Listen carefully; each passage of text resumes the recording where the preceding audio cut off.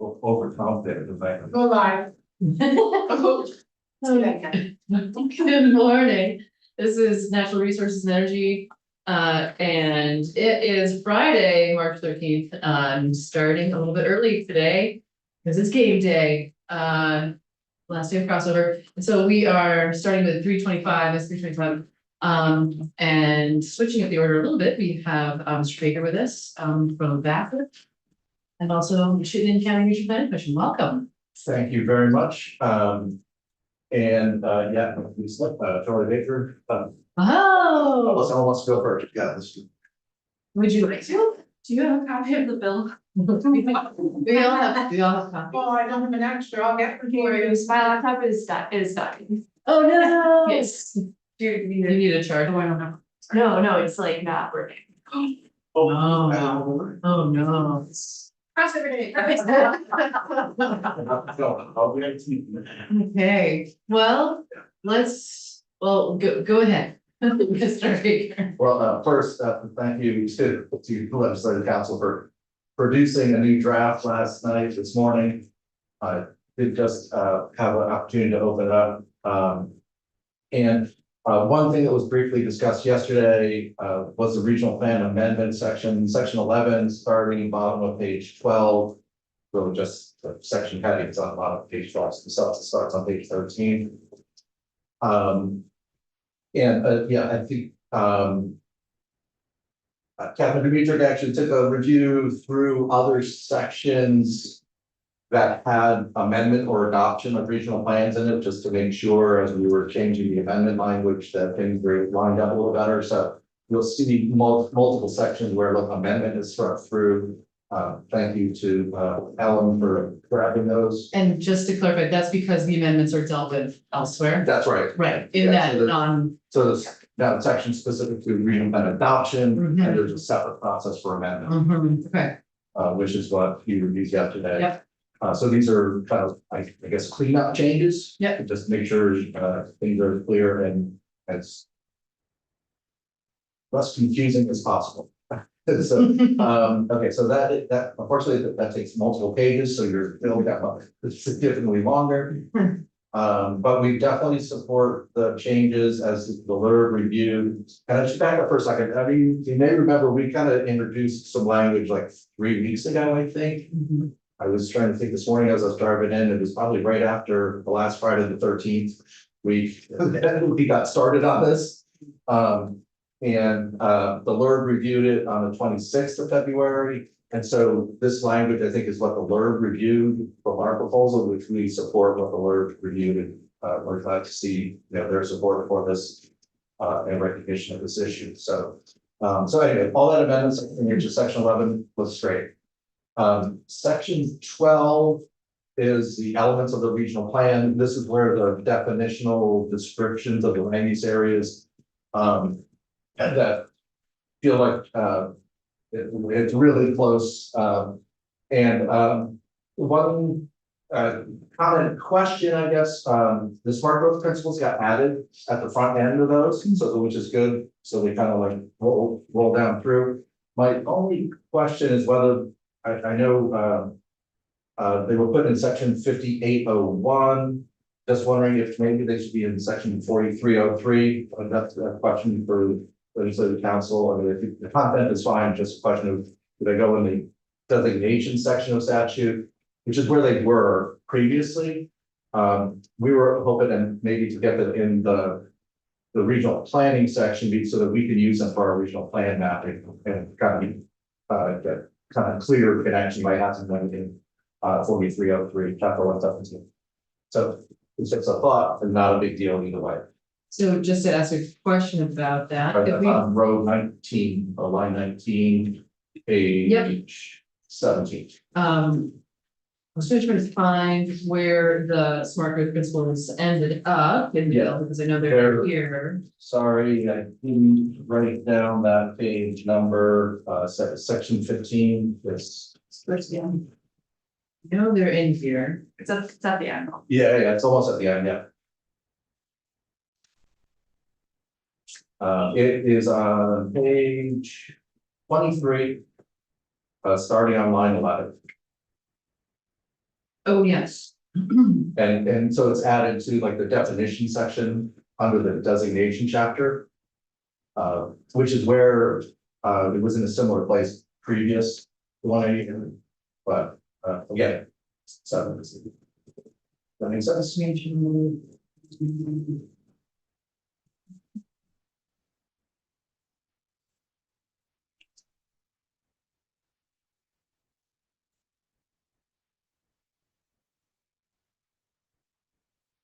Oh, I see. But so, okay, so because this is the state community investment program section, so this is like where the money.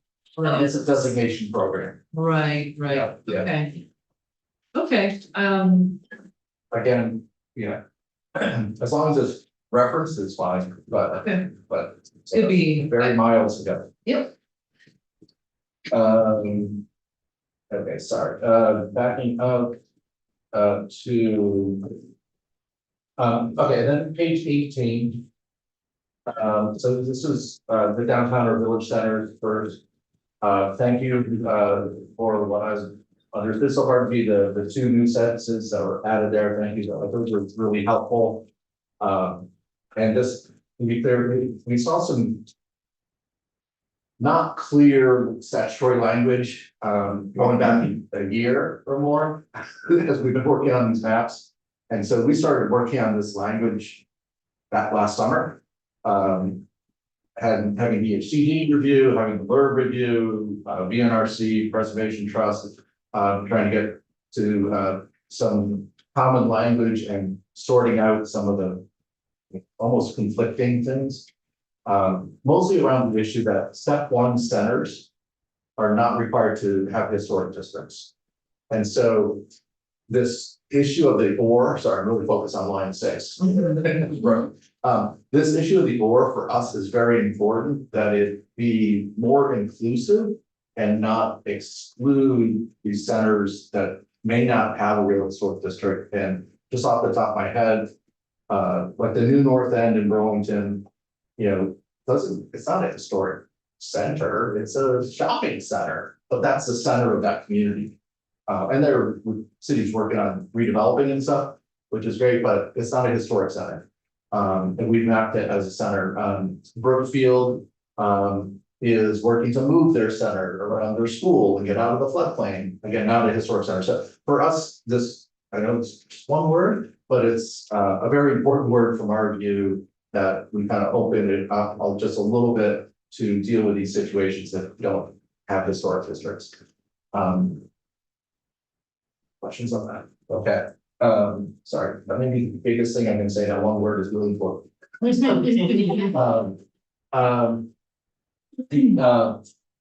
issue, page 9. It really starts on page 19 and maybe is in there a couple times. This walking distance issue, and as you know, it says this version on line 4 and 5 says compact and has multimodal connection. That could be okay. I think talking a little bit with that, give credit to Katie at the NRC for her language maybe or accessible by multiple modes of transportation, but either one I think is saying the same type of thing. So I think wherever you land on that, it's fine. And this has been an issue, honestly, that as we've been negotiating with the LURB, and we should give a lot of credit to the LURB because they are navigating this and really working with the regional planning commissions to try to make this work. Walking distance is something that they tackled fairly early on, and they've gotten to a fairly expansive definition of that, so it hasn't been too constraining, which has been good. But question? No, I just, wait, this is highlighted, but is that new? It's not underlined. so, On line 14 and 15. looking at page. I was on line 19. 4 and 5. Oh, you were on line, 4 and 5. Page. okay, Yeah, so that one is kind of the yes, that, language under the planned growth area. And then there's some similar language. Well, yeah, I don't know that we need both of these, but because they're the multimodal connection is the same kind of idea as pedestrian access. So, yeah, I don't know, it feels like we're doing the belt and suspenders, pedestrian access, but, got it. I just wondered why this was highlighted down here, if it's not new, is it I think it was just? because we had it struck and then Okay, we it was unstruck. unstruck it. Yeah. Okay. Yeah. Okay, and again, it is kind of. It is overlapping language with the. but you're comfortable with how this, Yeah, it's fine, yeah, wanted to strike one, that would be great too, but, it's fine, we get the idea. I also just want to recognize that in our conversation, I think we landed on talking about compact. But then I will just say, Ellen and I went back and forth about this a little bit last night, mainly because I was like, well, in the rest of the sentence, does compact work? So happy to keep editing that if that's not what the committee wants. And I do think, just in general.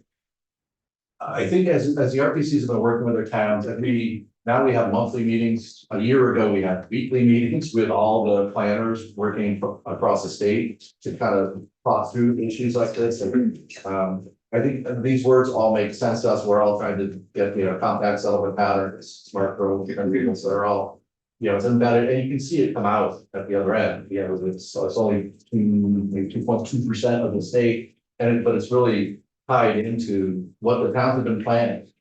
Yeah, we're not imposing like, hey, you should have a new big growth area here. We're trying to support what the towns have been doing. And so I think all this works. And then yeah, that was something 19, and then I think that was really all. Oh, sorry, I ran out of time to make notes, so I got volunteered a little too quickly. The changes starting on page, with section 15, which that title or that section number starts at the bottom of page 21. But the substance starts on page 22. This is the definitional section for the designation program or the Community Investment Board's chapter 139. And these changes here kind of go hand in hand with the definitional changes. This is where the issues were really conflicting and confusing, was there was definitions in that chapter and in chapter 117 and the regional plan chapter that were not the same. And causing a lot of confusion and a lot of interpretation, I think, for the LURB initially, and a lot of interpretation for the RPCs of how do we get there, a lot of conversations with DHCD. Thank you to the commissioner. And so we really strongly support these changes also to tie the definitions of the geographies to the regional planning definitions, where we're doing the mapping. And honestly, it was a shocking thing at some point during the process of like, oh, wait, our mapping definitions aren't all in one place. And they're like, oh, yeah. And so we got through it, we're working through it, but it would be really helpful to have these definitions all cleaned up and referencing back to the regional plan definitions. Those go on through page 23 until you get to the smart growth definitions also on the bottom of page 23. So really, those changes are really important for us in doing that. Yes. oh, sorry, so that confuses me then. Oh, sorry. No, it's fine.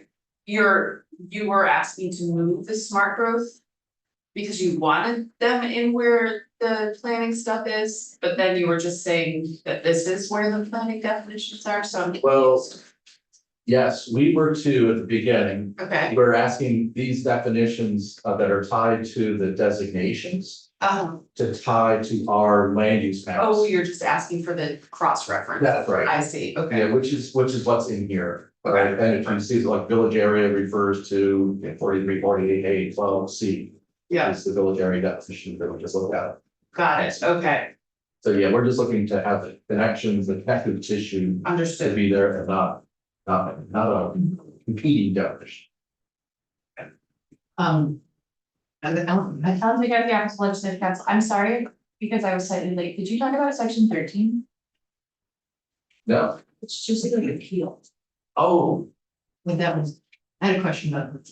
I'm happy to talk about it too, but if you. Um, Propose. Well, yeah, thank you. I'm in trouble. Just, there is one. I think it might have been 15 years ago, the legislature, sorry, getting long in the tooth there. What, was it? Was it 2010?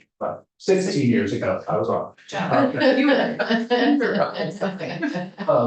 Yeah, sorry, I only remember from Challenges for Change, if any of you were around at that time. Yes. But there was a bunch of process in statute around, this idea of I can't remember what it was called, but it was like a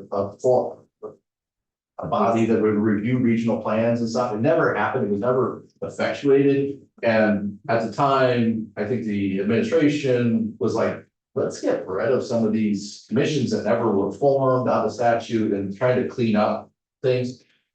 There was one little section that didn't get cleaned up at that time. That's had this idea that you could do a formal review of regional RPC decisions, but there was no body to hear it. So it's just this remnant of statute.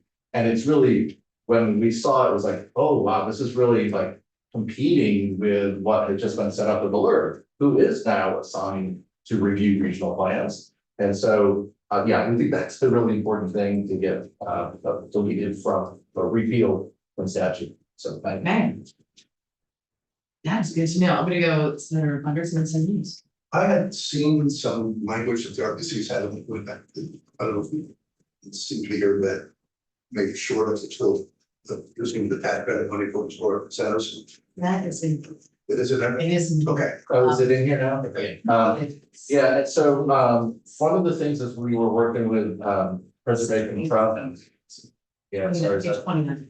yeah, I knew I had promised that I had read this too quickly, yeah, didn't get to the end. So, yeah, one of the things that, in our conversation with partners, was a concern about making sure we are supporting our historic communities and historical centers. And so there was some, discussion about moving some of the benefits and also clarifying that the historic benefits were going to just go to historic centers. Particularly because we do have some of these non-historic centers. So that's particularly what that wording was about, was to make sure step 2 and 3 centers were getting those, and step 1, if they had a historic district. And I think that is on, now that I scrolled far enough, page 29, section 18. Right. Okay. Thank you for bringing it up. Great. That's all I have, but happy to stick around and answer any questions if there are. Okay, I don't think I have any other questions. Any other questions or comments from the committee? Oh, Senator Williams. No. It's wrong, but Oh, amazing. Okay, all right. What's up? Okay, super. Thank you so much. All right, we're gonna go to Ms. Czerkowski. Welcome. Hey, draft, 422, 355. you know, we do the later. I think it's so, if I feel can't, I just recycled it again. Well, I was here really early. You're so good. That is- Gonna do this now one. Well, you just said.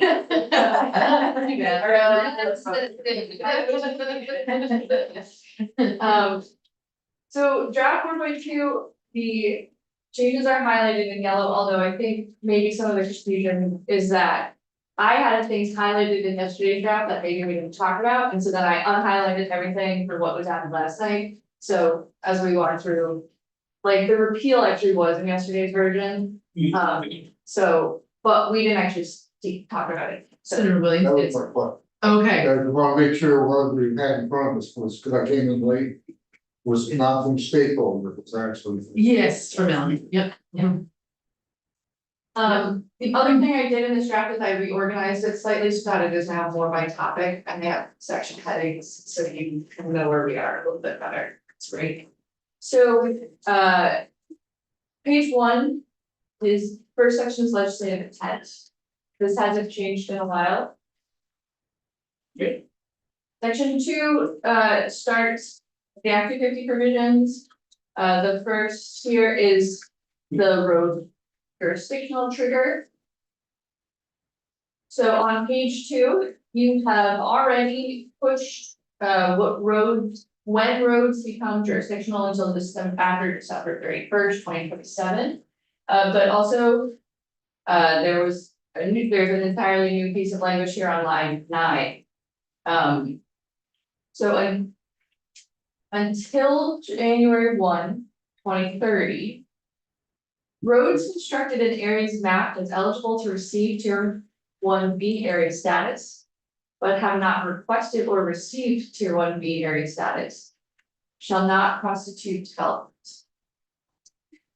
So the drafting on this is a little tricky. The request that I received was to make sure that these areas that could be Tier B but aren't yet or aren't Tier B will not have road rule jurisdiction. There will not be road rule jurisdiction in that areas, meaning new kind of roads construction there until 2030 will not make an active permit. So I just want to ask real quick, thank you, Ellen. Notice to me just maybe be too No, this is, mapped by whom? Mapped by the regional planning commission? Do we, is that implied? We don't need to say. I don't think so. Okay, That is how the Tier 1B areas are mapped. okay. So unless you think it needs clarification that the municipality would, but I was trying to be consistent with the other place in here where you have added the Tier 1B eligible area. Mhm. I'm not entirely sure. I have concerns with this. I think it is vague and I don't know if it will be that simple to determine this. I'm wondering if if the LURB particularly, because you're gonna have to be able to first determine, did something get mapped? Mhm. And is it eligible? And then determine if it has not been requested or received, and maybe that is sufficiently clear.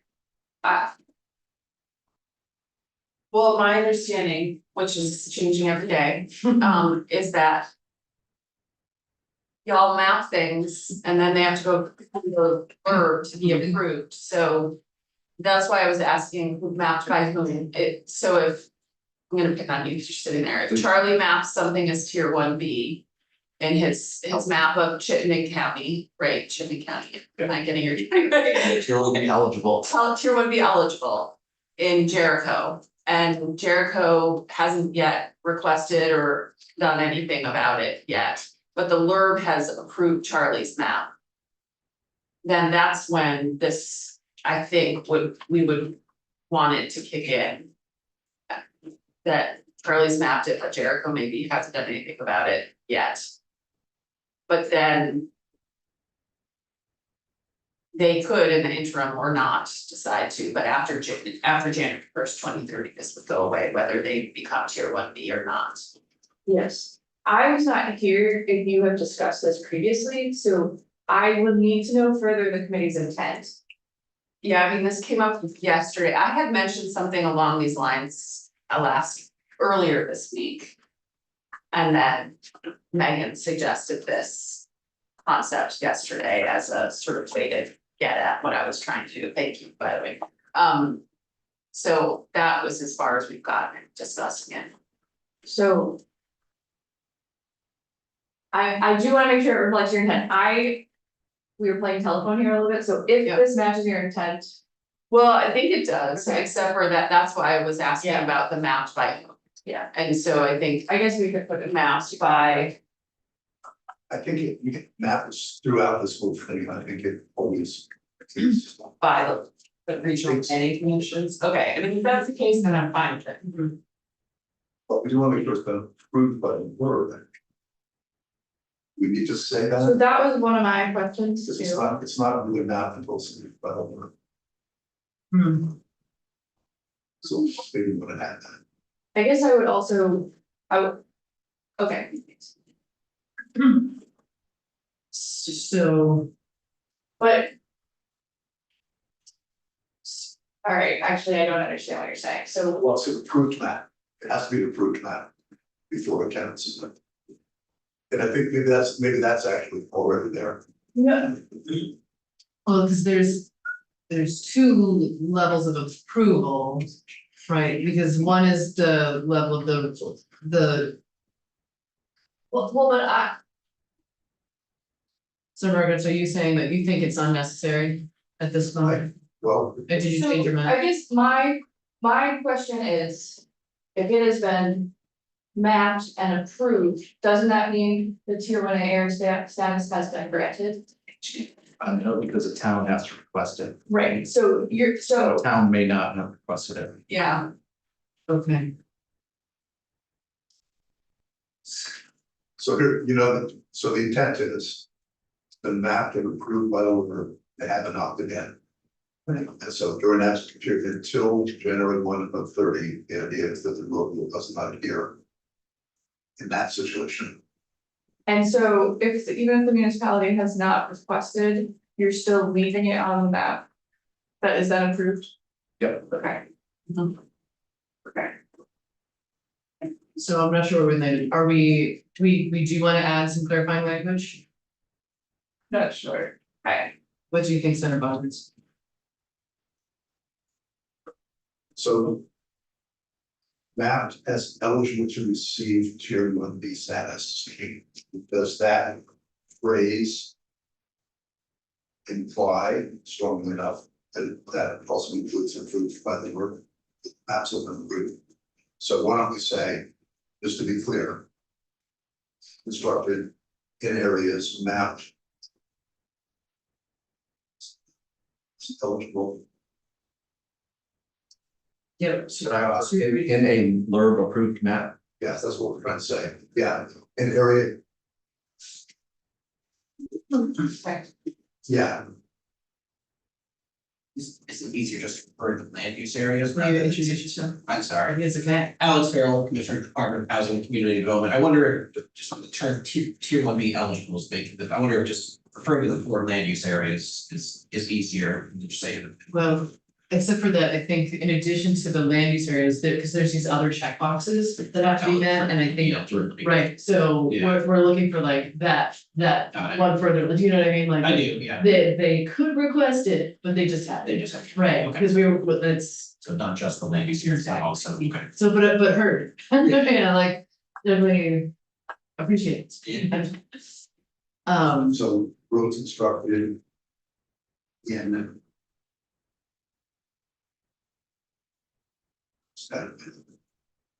Map. Mapped and approved. Yeah. Choose as eligible. Yeah, areas mapped and approved by the word as eligible to receive. That and approved by the LURB. Yeah, that makes sense, As as eligible. Yeah. Right, that's- so it would just be pending. While the towns are making that up. This is maybe a very minor thing, but just going back to line 6. That same page, wondering if it should be January 1st of 28. Oh, right, Yeah, it's the one I didn't catch. I think we're just gonna try to be consistent.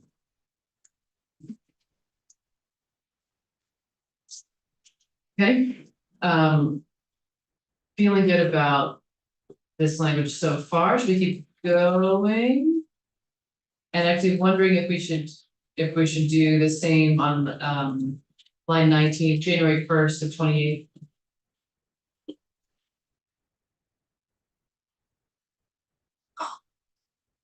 Is that okay? Okay, great. Let's keep going. And so that exemption at the bottom of page 2 and page 3 is the interim exemption for priority housing projects. So the language on page 3 hasn't changed, it includes the corridor language.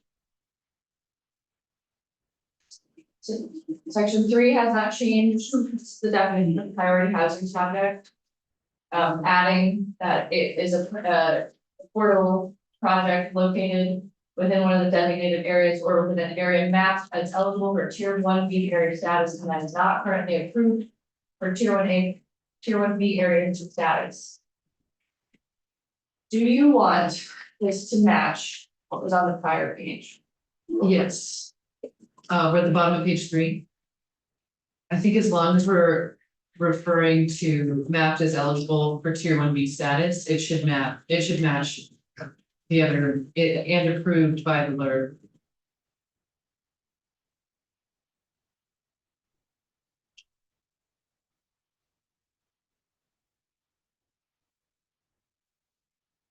Thank you.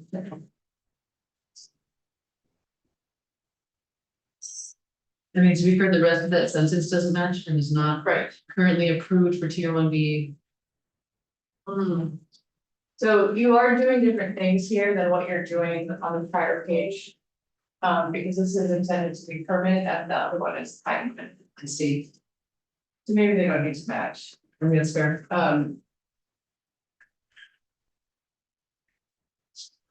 You should continue.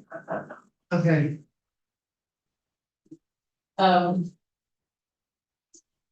Okay, okay. This is. Yes, go ahead.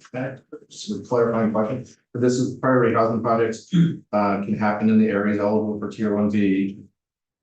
As long as it isn't approved for tier 1B. That's basically what this, so once it's approved for tier 1B, it no longer gets a priority housing project. Benefit or exemption. As it's the same. Yeah, okay. Got it. We're getting there, okay. Sorry.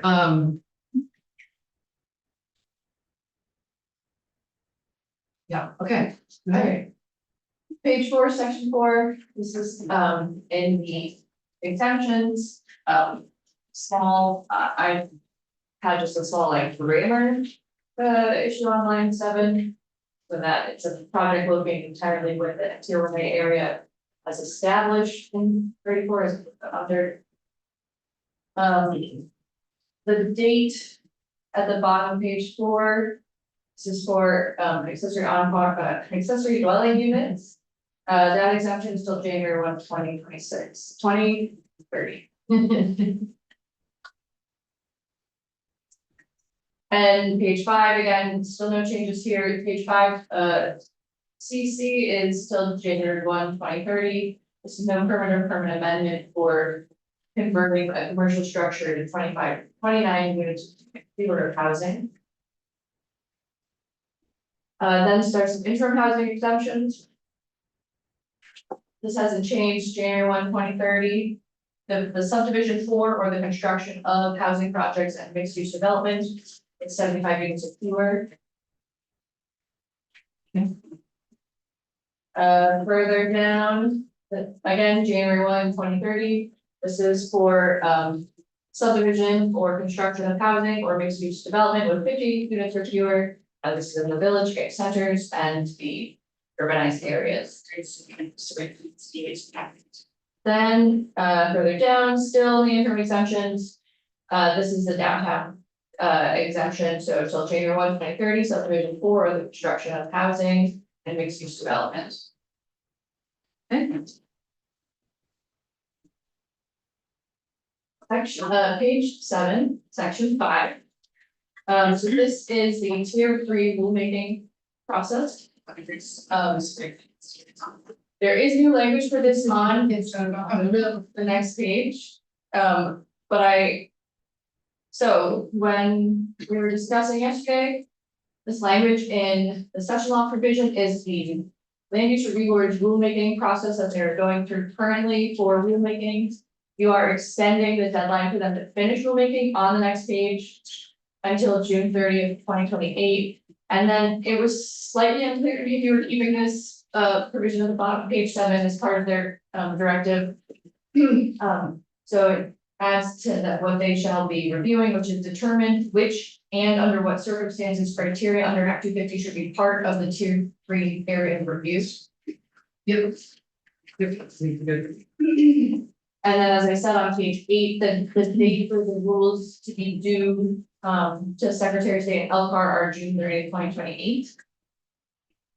And then related to this is what's changed in section 6. So in section 6, road jurisdiction and tier 3 recommendations. On or before January 15th, 2027, the land use review board shall provide the General Assembly with recommendations. or statutory changes consistent with the intent of the road rule that would give the board authority to adopt rules establishing a process to limit the criteria that would apply to road development under the road rule and development within tier 3 areas. The recommendations would define which criteria will be reviewed and under what circumstances. The version of this has a reference to making sure it's consistent with the intent of the road rule provision. And I wasn't sure if there's a similar citation for the intent on the tier 3. There was so little on tier 3. Except in the rulemaking section law, there is some intent on what you asked for, so I could reference that. Would you introduce yourself to the record? Go ahead. Sure, thank you, Jamie Bidell with Audubon, Vermont. Just one thought for you to consider. The Act 181 right now provides existing authority to alert to do a rulemaking on the road rule, should they decide to exercise that. They're working on guidance, but with the extra time, they may decide to do a rulemaking to allow for stakeholder input. I wonder if it makes sense to also authorize now the alert to, they would like to limit criteria in the road rule to authorize that in the rulemaking, but still require the report back in 27 on a status report. Do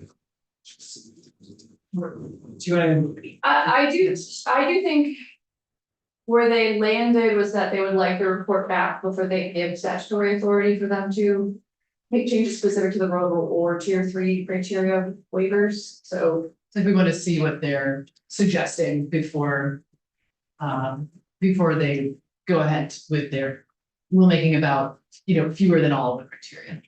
Would that require legislation to then implement that? That's the thought. Yeah. Which is why we wanted that back. Or like early enough. So that we could be taking that up next session. And they have also taken, they don't have. They just. Yeah. But I don't. Yeah, that's almost why I was suggesting you could have authority. Yeah. Well, right, so this is like, we would like to see what the suggestions are before they work. Personally, if it were up to me, I'd be happy to have it before if we could. I ended up going into their, they couldn't. I actually think it actually always was intended to have it. I just assumed do it for the thing. Because that's what the job, that's what they're there for. But I think- Also not. No. Yeah. I think the issue though is that right now there are what, better than me, 11 criteria. 30. There are 10, there are Yeah, whatever, 30. a lot of criteria, and we don't know which ones they would want to. We can't just say, well, you get to pick and choose which they are, either they do them or they don't do them. So we kind of need to know from them how they're gonna do it before we decide which ones. I think it becomes this sort of like Yeah, legal loop. I don't wanna go into it, but it were up to me, I trust them to do it, because they're gonna have the ones that are there for the. But I don't think it's about pressing, it's about like, we need to know which ones to say they have the authority to not do. It's like Well, legal. this is becomes sort of an argument, because, if they have the authority, then we have to go, the question is, do they have the authority? To decide which law they're gonna follow or not. Which criteria to apply with what, that's the question. For me, that's the question, is do they have the authority and or can we give it to them in a way that works? In a way, I feel like the option that we have here is like somehow legally more conservative, it's a little more careful, and I think that's okay. So it's just, like I said, Yes, But go can ahead. you like resolve this issue? Cause I really like, if it was up to me, I'd do away with it all. yeah, that one, probably not. Well, you get one goal, I don't totally understand what you've been talking about, so. Well, we're talking about how to allow. How to allow the board and or set up a process to the legislature to. When the rule adheres to not be necessarily make all the criteria apply to make it easier for somebody who gets impacted by it. So I agree with Navigate. Senator Harder. Maybe I will tell them what we. Yeah, Yeah. yeah, well, and thankfully that's what's in here, so, Okay, so yeah, that's what's in there. good.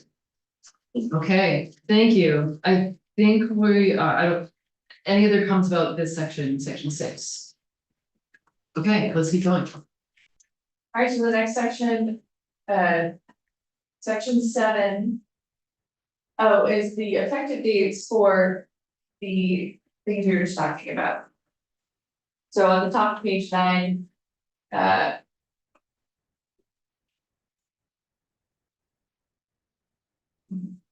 Hmm?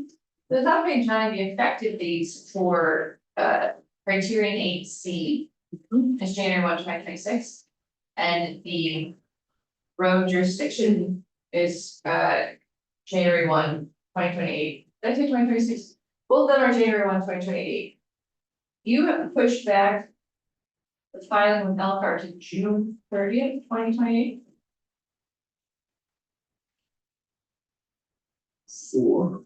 For tier 3, are you saying that one of these needs to be June? Maybe. To I think, make it I match, think we talked about this last night. yes, because it's June on top page 8.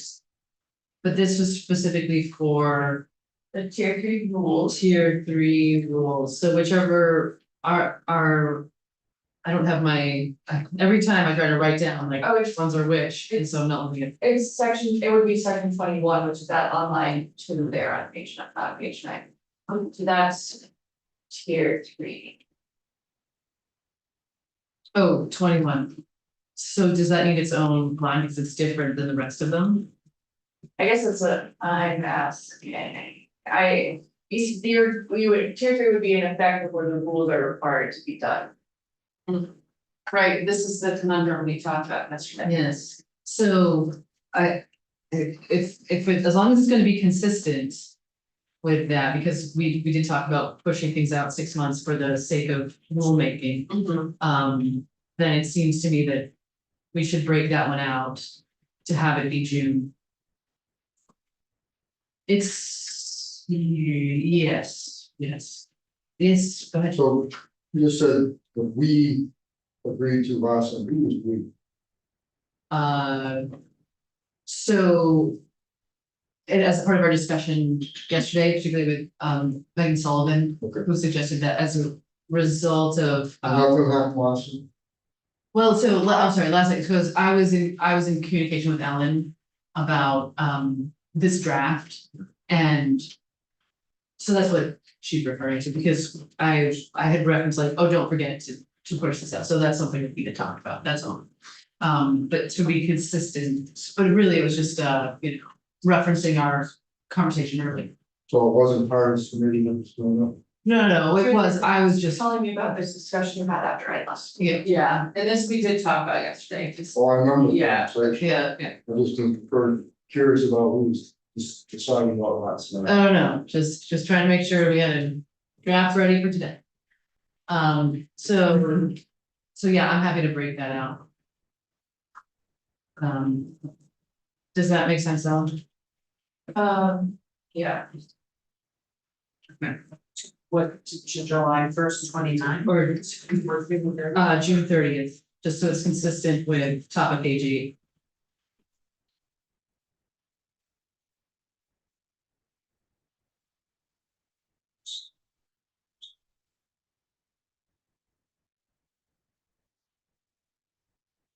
Okay, Oh.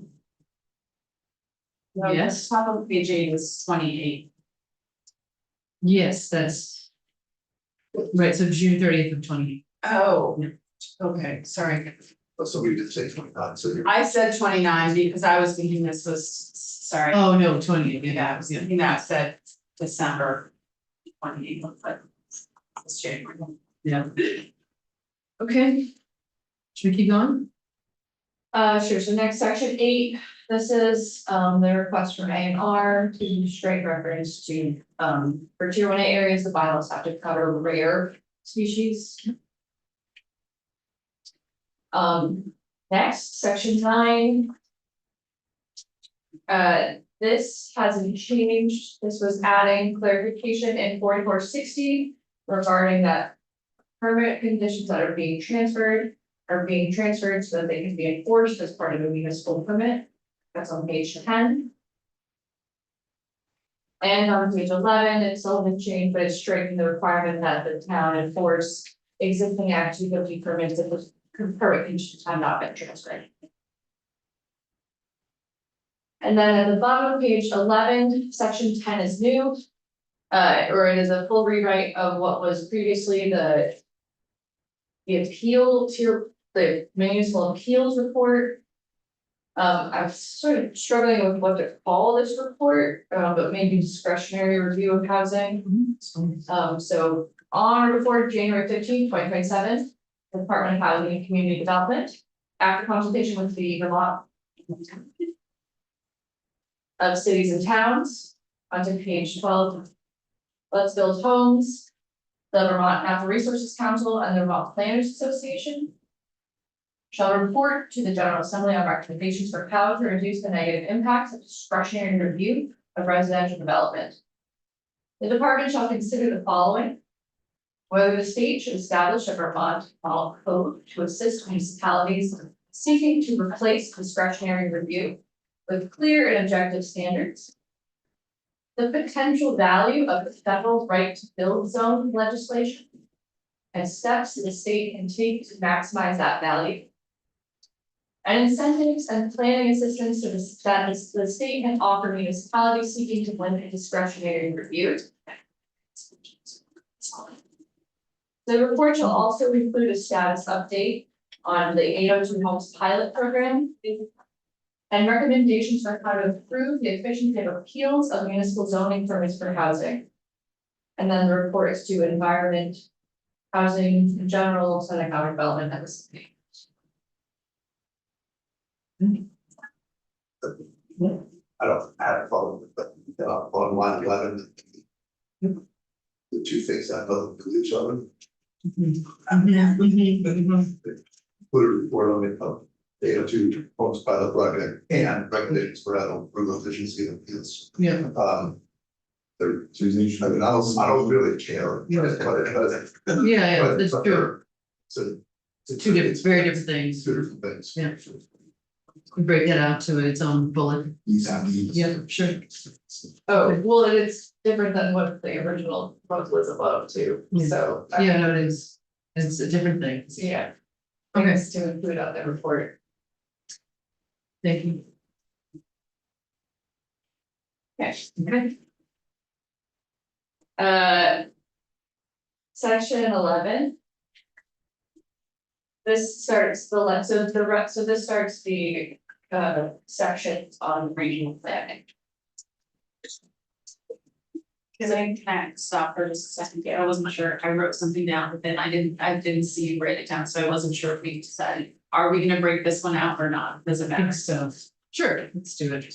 Make it two. Make it. I don't care, but I just wanted to. not to, but. Okay, okay, if you prefer not to. then Okay, okay. Okay, Alright, okay. just wanted to make sure we were on the same Thank page. you. But since we're still here, can I ask, is 802 Homes a pilot, or is it just a program, or is it a pilot? It's- 802 Homes is a program within which we're running a pilot. Okay. Okay. So this is This is accurate to say, referenced properly. a status of the pilot, Okay. okay. It is, yes. Thank you. Okay. Okay. So, what we're gonna say 43, 48 is the adoption and amendment process for regional plans. And so, you did hear earlier from Mr. Baker on how a couple of small things have been tweezed out of here so that there is a set of adoption processes and then amendment processes. Right. Or an adoption process and an amendment process.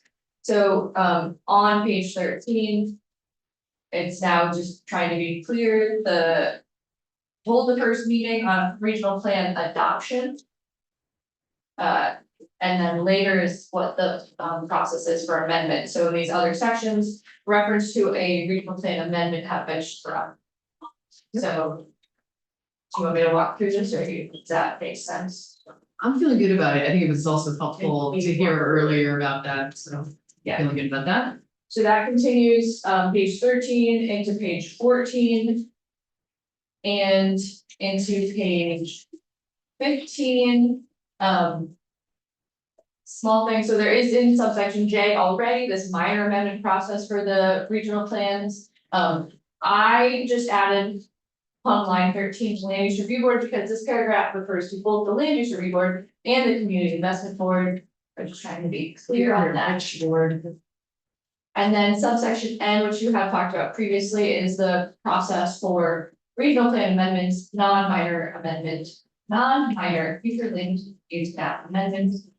And tier 1B area status requests. Do you want me to read through this one? Oh, you're at the top, page 16 now? Yeah, I actually wasn't sure if Charlie already walked. We did not really walk. Yeah, I was gonna say, we should walk. Okay, Yes, yeah. uh, Yeah, know what it's. so at the bottom of page 15 into page 16, so regional plans may be reviewed from time to time and may be amended in light of new developments and changed conditions affecting the region. Non-minor future land use map amendments shall be processed as part of a regional plan. On to page 16, regional plan amendment. Tier 1B area status requests may be made separate from the regional plan approval or amendment process. To amend a regional plan, which may include a non-minor future land use map amendment. On the prior page defined that minor amendments are 10 acres, affects 10 acres or fewer. So these non-minors, a regional planning commission shall hold one public hearing at least 15 days in advance of the hearing. The regional planning commission shall provide notice of the public hearing to parties listed in subdivision D and the land use review board. The public hearing notice shall include a description of the changes to the plan, including non-minor amendments to major land use maps and any changes to tier 1B status. After adoption of the regional plan amendment, the regional planning commission shall submit a request to the land use review board for an affirmative determination of regional plan compliance with the regional plan amendment. Can I ask a question? Yes, go ahead. You may have already said this. There is a definition of minor. But is there a definition of non-minor, or is just by definition, anything that's not minor is not minor? Yes, I see that nodding heavily. That is the proposal there. Okay, The things that there is an existing process for minor. This is creating process for non-minor. okay. But is there a world where? Not saying anyone would try this, but is there a world where they would just like completely do the entire plan over and call it a non-minor amendment? Maybe. So this, but the minor amendment process is very limited and has almost no public, but the non-minor amendment process is this. Right, I understand that. And I'm fine with the minor thing. I'm fine with creating a non-minor thing, but my understanding of this is much less rigorous than the regular review process, so I'm wondering if there are any. Do we want to put any guidelines on what a non-minor is, or is it just gonna be everything? The only thing I would add is that I didn't get to the bottom of here, which says that in addition to, regardless, the plan will still expire on the same date, at which point they will have to go through the whole adoption process again. Yeah, I mean, I'm not suggesting anyone's gonna try to game the process, but there, without having. Without having any kind of guidelines on what non-minor is, then. So I think they're back on page 15, line 10, small amendments may include any change to future use consisting of fewer than 10 acres. That's a minor. Right, So a so- non-minor is anything that's over 10 acres. Right, I guess what I was hearing in your question. Could be a major. Right, so, what I was hearing in your question was like, could somebody try to do a major, a non-minor amendment through the minor process? No. My So- question is, Okay, okay. if non-minor is everything that's not minor, Yeah, it's actually non-minor and major. And could they essentially redo the entire plan and call it a non-minor amendment and have a much, much shorter process to do it? Mr. Baker. Yeah, and this is something we've talked about with the lure. And unfortunately, I think we struggled to find like where is that Yeah, line? I don't have a Because suggestion. there's a risk for the RPC to propose too much change. And the lure would say, no, go through the whole process, the other agencies need to review this. This is too big, but we don't know exactly where that is. So Uh-huh. that's why we were kind of leaving it a little bit open to what happens in the process. Okay, Providing flexibility, but we know that, yeah, if we try to do too much, Flirb's just gonna send us back to do the big process, the full process, because you're asking for too much right now. Or they're gonna say, yeah, this is a change, but we got it. It's concise, let's go. uh-huh, So unfortunately, we couldn't come up with guardrails for that, but okay, so I mean, that's fair, it still has to have, we're approved That's for a thing. it's still going through the Lure. Yeah, They could just say, no, this is actually major. yep. I guess I'm wondering about the phrase non-minor and that might itself be confusing and like we just need a different word for it because if it's not minor, then it's major because.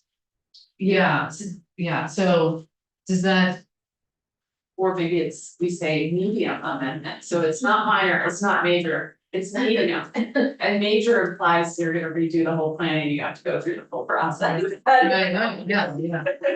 I mean, this is one that I wouldn't mind leaving it as it is and then flagging it for the house and be like, find a different word. That's clearer. Based on this process, so. Yeah, I mean, I guess I would be okay with that, I mean, the fact that the LURP has to Yeah, approve it makes me feel a little better, that it's not just an automatic thing, but. that they would be sort of gatekeepers for that, this is the Yeah. right process. Yeah, Yeah. presumably they would, tell Charlie, no. Right, because it's Again, okay, thank you. Should we keep going? I think we're still on page 16. Yep, so down on line, 16. Standalone requests for tier 1B area status shall be submitted to the land use review board after the public hearing required under subsection A. The land use review board shall hold a public hearing within 30 days after receiving the request for an affirmative determination on page 17 of a regional plan amendment compliance or approval of tier 1B area status. The land use review board shall issue its determination within 30 days after the hearing. Adoption of the regional plan amendment, non-minor future land use map amendment, or tier 1B area status request or amendment shall not change the expiration date of the regional plan. Which is another safeguard, like, Mhm. this is the fact this process. Yeah. I don't know, he's gonna wanna put themselves through doing it, and then doing a non-minor amendment like the next day. Yeah, right. Yep. Okay, Alright, so the next change, section 12 is amending 4348A, the elements of the regional plan. And so subsection 12 establishes the future land use element and all the categories within it. Down on line 19. It has to be consistent with the smart growth principles, they are in this draft in 5801. I do think it could make sense to move them to 4303. Sure.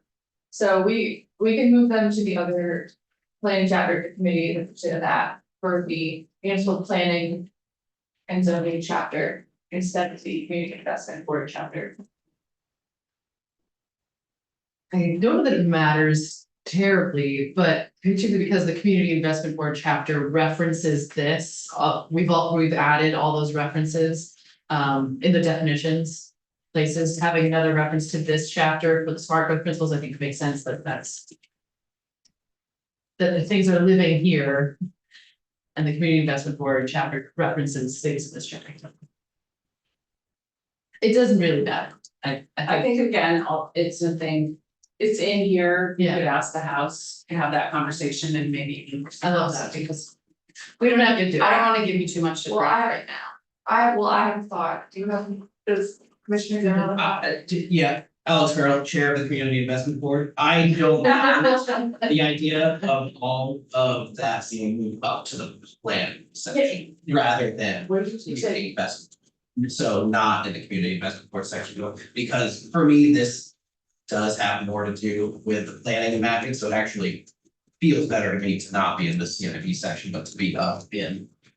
So the thought I was just having is I think the reason I did it is because the definition is not used anywhere in chapter 117. Well, except we just added it into the Okay, yes, land use area definition. Yes, Okay. yes, okay, then yes, Okay, okay, I will move it. okay. Super. So page 18, so you were having this discussion, I think, when I came in, so page 18, the categories start, so downtown or village centers.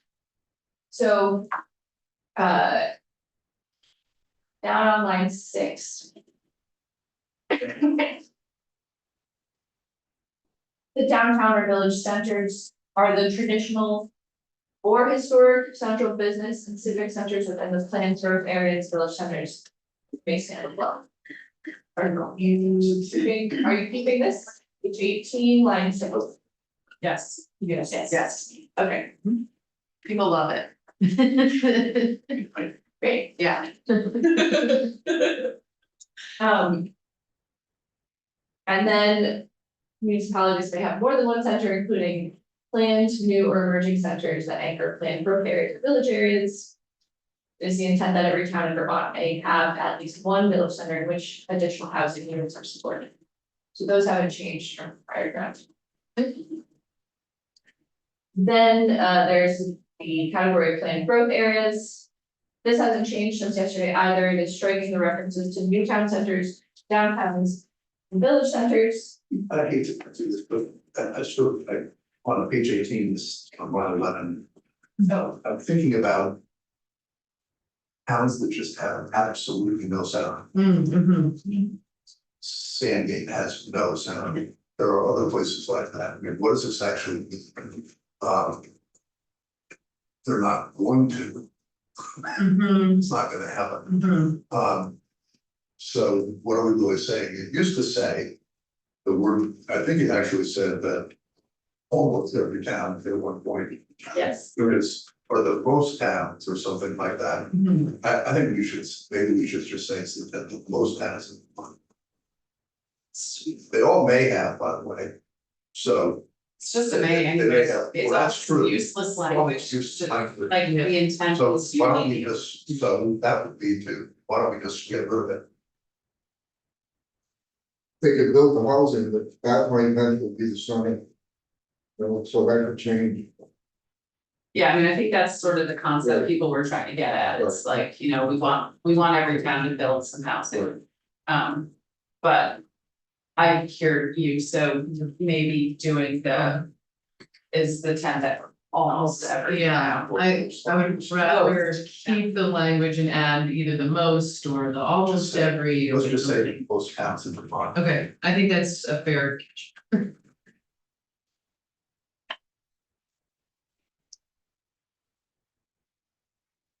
Are you leaving the May? I would actually be comfortable with this intent that most towns in Vermont have at least one. Because that's actually what we're saying, I think, Yeah, Sure, because they may have it now. Yeah. yeah, So, strike yeah, on that. so it makes it a little stronger, but also recognize. Yeah. Comments of the I like that better too. Yeah.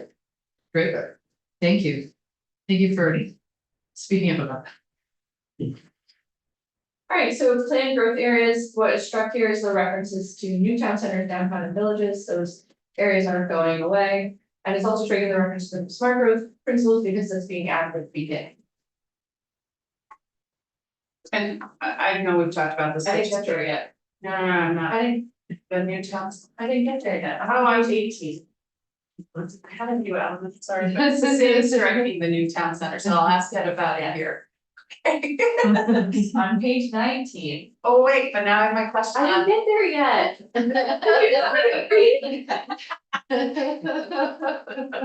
We're going at a very good pace right now. Come off the flow. Okay, where are we? We are at the top of 19, am I right? Page 19. Okay, top of 19, all right. Still in the category, just like what is the planned growth area? Okay. And this is, we need to discuss this, so, okay, go for it. The area, so there's new language in Romanet 3. The area, so a planned growth area has the following criteria. The area is generally compact and has multimodal connections with the municipalities or the adjacent municipalities, downtown or village center. And it's striking new town center and growth center because those categories are going away. That's what I was gonna ask about, those categories going away. I know we've talked about this a lot, but are they just going away in the commissioner's program? Or are they going away in planning in Charlie's program or all over? All Both? But those are just concepts that are going away because They're just labels. they're just labels that are Because they've going been away. replaced by the new ones. Okay, it's just swapping labels. Yeah. Yes. So I was gonna say, you gave an example of the new North End would be a new town center if one thinks about it that way, but it's now labeled differently. That's right. Yes. That's just a sign, yep. Alright, And so I came in right at the beginning of your discussion earlier about multimodal, and so I did want to check if you landed or if we're having this conversation now. I think we should have the conversation now. Okay. And then you, skipping Roman 6 for a second, there is also that language further down about. Also establishes pedestrian access directly to the downtown village center and the town center. Although perhaps we should strike, I was gonna say, did we just say that went away? yes, yes, Well, New town center. yes. What line are you on now? On line 15, it's so, Oh, I see. because I unstruck it from the prior interaction, but that's why I went through it. Yeah. I see. Yep. It's, Well, we should talk about line 4 and 5. Yeah. Yes. And what we're trying to get at here is, I mean, the second half of the sentence is really about that it's adjacent to a downtown or village center. This is a planned growth area. So, but there's an or there, so either it's adjacent or you can get there easily. I feel like is the gist.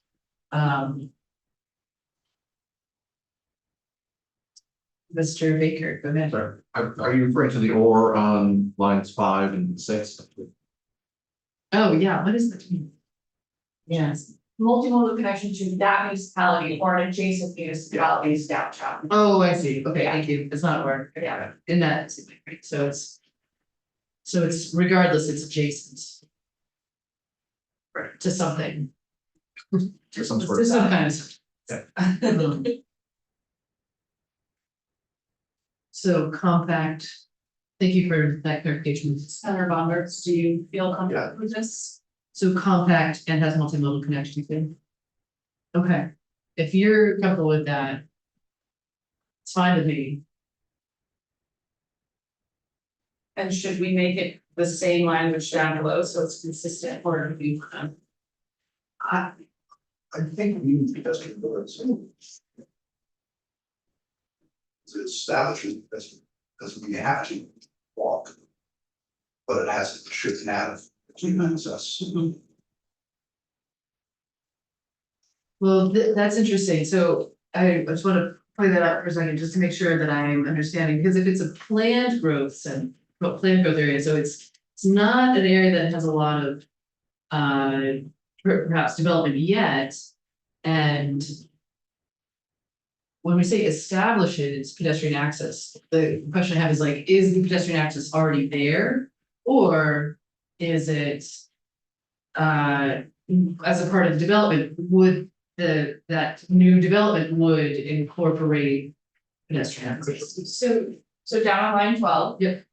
The area is served by plan or existing transportation infrastructure that conforms with complete streets and establishes pedestrian access directly to the downtown or village center. Okay, so it doesn't have to have it now. It's just gotta be a part of the plan. Okay, and when we say pedestrian access. Does that include? The multimodal, like does pedestrian access mean a bus stop? Yes, Mr. Baker. I just want to let the committee know, like, we're dealing with a lot of small towns in Vermont where, you know, they may not have paved sidewalks. But the traffic volumes are low enough that people feel safe walking on the shoulders, and so. I think the LURD has been kind of interpreting this, you know, a little broadly, and I'm glad that it doesn't say sidewalks. Because that would be very limiting to a lot of rural communities, so. This works, I think, you know, whether this phrase stays in here or not, I don't think it has much bearing on Okay, the mapping. thank you. I just want to make sure I was clear on what pedestrian access entailed. I think pedestrian is a better word than walking, Mhm. because I think pedestrian can be more, it can mean multimodal, Mhm. you know, ways of getting Yeah. around, not whereas walking was literally, yeah, much more ableist or whatever. Yeah. Pedestrian was walking.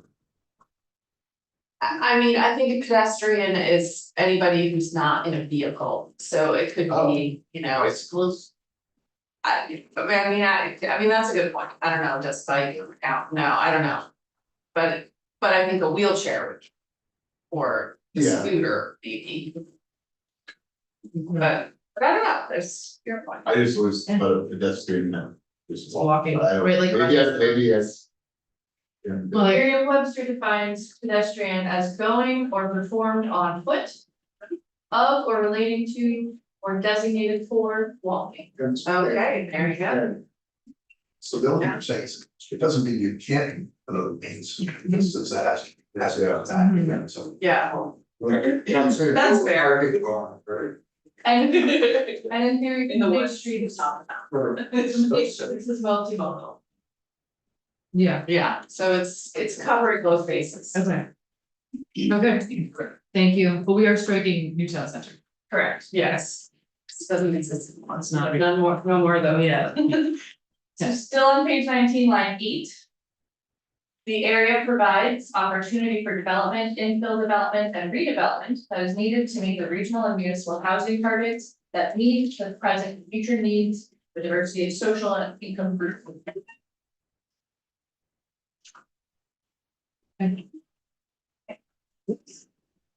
Problems for the right means. Yes. Bottom of page 19, village areas, so this hasn't changed. That includes traditional settlement area or proposed new settlement area, typically composed of a cohesive mix of residential, civic, religious, commercial, or mixed-use buildings, arranged along a main street, Yep, I think that's good. and are within walking distance Okay. for the residents who live within and surrounding the downtown center village center, on to page 20. Walking distance. And are. And have compact and multimodal connection too.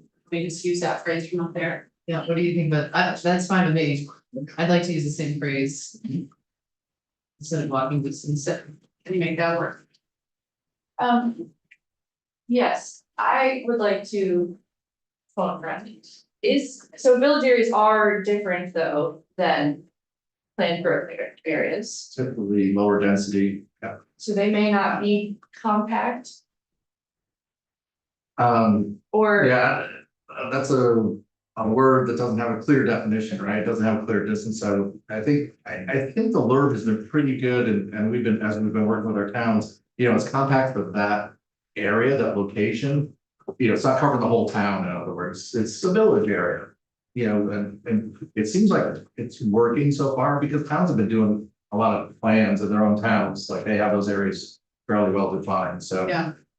You know, if you think about the town is thinking about that area, the region's thinking about their area, learn, so I think that's fine.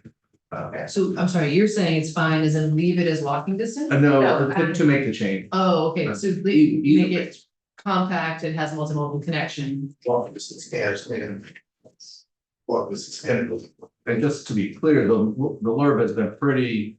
I can use the word liberal with the term walking distance, you know. There are some places where you can say, oh, it's only quarter mile. They've been more generous and been like, no, it's within the realm of reason, that somebody could walk there. So they're not being too tight with that. If they did, it would have definitely some negative impacts on a lot of small towns, so. Yeah, I just wanna, like, so Senator Brockett, you're saying that are within walking distance and are and multimodal. I wonder if that is actually, if that's more restrictive. I was gonna say or. okay. Well. Yeah, it's still, I guess the issue is that they're discrete. I was thinking as long as it's compact, Yes, that's the. then compact in my mind is sort of synonymous with walking distance. Yes. just less- language. Just using the language from up on line 4 and 5, the Okay. compact and has multimodal Okay. connection too.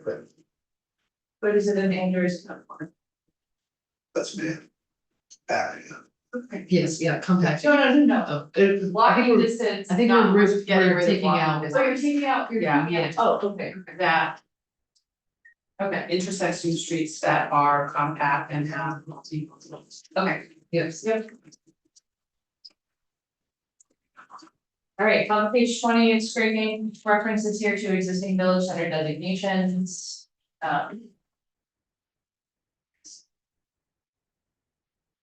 And then goes on to say village area shall meet the following criteria. The municipality has either public water or wastewater. If no public water or wastewater is available, the soils, they must have soils adequate for wastewater disposal. The area has some opportunity for infill development or new development areas where the village can grow, support the development of housing to meet the regional and municipal housing targets and be flood resilient. Good. All right. Yep. At the bottom of page 20 to the top of page 21, rural conservation areas. Still has struck the language regarding mapping. And tier 3 areas.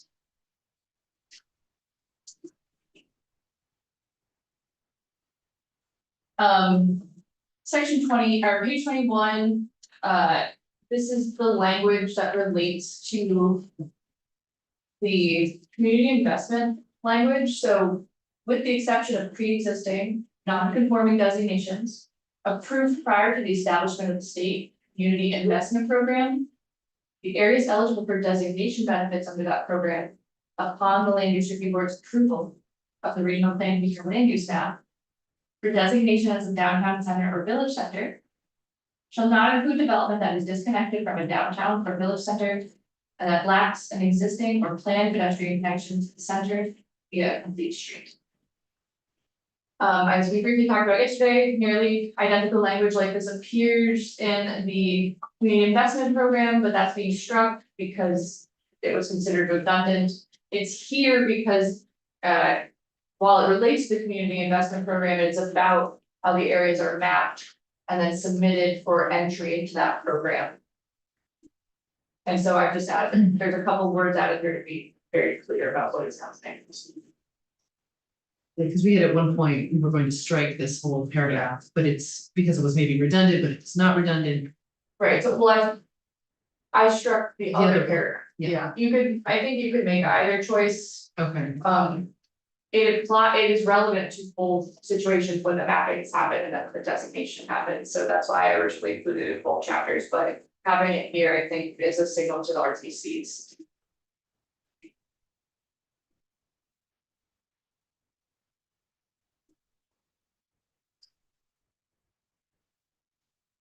All right, I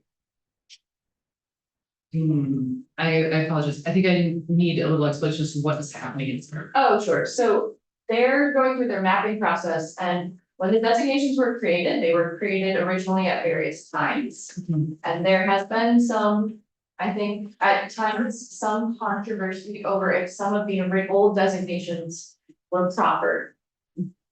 And or contained sprawl, because they were disconnected from a downtown or village center.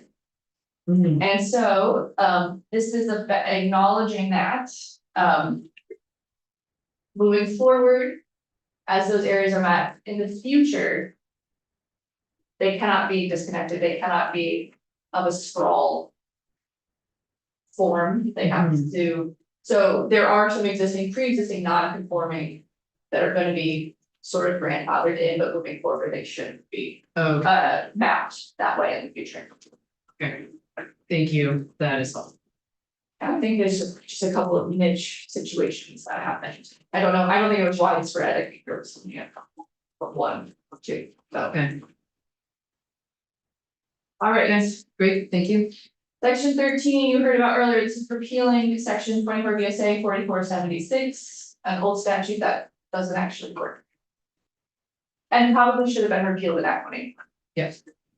Great, thank you. And then section 14 is the section law provision about plan extensions. Any regional or municipal plan due to expire shall have its plan extended until December 31st, 2026. Can I just ask us a silly question, but. Charlie, if this goes through, are you guys you have plans to tell everybody to? Will you tell all? Cause I have towns that, that have plans that are expiring, like, is there gonna be some effort to be like, hey, these changes were made, you guys can chill. Yeah, or maybe you can breathe a little easier. Yes. Yeah, I have 5 towns that are rushing to make sure their plan doesn't expire in the next 60 days. So we Exactly, can get our plan approved. And so, yeah, I think there's a few regions that have those situations. So this will take a little bit of the heat off where we Yeah. can maybe do a little bit more deliberate. but you'll help, you and your people will help. Definitely, we will, we will definitely be communicating this. Sorry, I didn't mean to make a joke. No, that's okay. Alright, the next set of changes are about the community investment program that you heard about a little bit already this morning. So section 15 is amending 5801, the definition section. And so this is chapter 139 of title 24. It is the update to what was chapter 76A. I don't think we've talked a lot about it in here, so feel free to ask questions as we go, but page 22, the definition section. You already heard this morning a little bit about this. So planned growth area, which is a category in the future land use map, is also used in this chapter. And so it means an area on the regional plan future land use maps, meeting the requirements of 43, 48, and 12B. And that may be designated as a neighborhood. Sprawl repair means the redevelopment. 43, 44, A, is. It is the section I was just reading you about, the categories. Okay. It's the categories for the land use maps, and it is in here, it's section 12. And we were just talking about net periods. Yeah. Yeah, but the sprawl repair, redevelopment of buildings, traffic and circulation, parking, or other land coverage in a pattern that is consistent with the smart growth principles, and I will update to give the cross reference. We're moving that. We are moving it That's living. to chapter 117. Designated downtown center or village center, or designated center means a downtown or village center approved as part of the LURB review of regional plan future land use maps. So I am not sure why we would not just also reference, Because okay, this is the designation that is associated with the benefits of this chapter. It is not the land use category. okay. Okay, Yes. and you're good with that? You're good with that? Okay, thank you. downtown and village areas Like- will become designated downtowns and village centers, but, yes. Okay, That is why it is defined here, and same at the top of page 23, so. Designated neighborhood or neighborhood, these are the two categories that are being created as part of this program. Oh, there's a third one too, so and the names are very similar, which is a little. okay, so that's also why top of 23. We're not making a reference, because this is the designated area. Yes, Okay. yep, Okay. yes. And so designated neighborhood or neighborhood means a village area or planned growth area. So one of the categories on the maps, or the two categories on the maps, approved as part of the LURB review of the regional plan use, future land use maps that is contiguous to a center. Mhm. Village area is one of the categories, means an area on the regional plan land use map, meeting the requirements of 4348A 12C, and that may be designated as a neighborhood.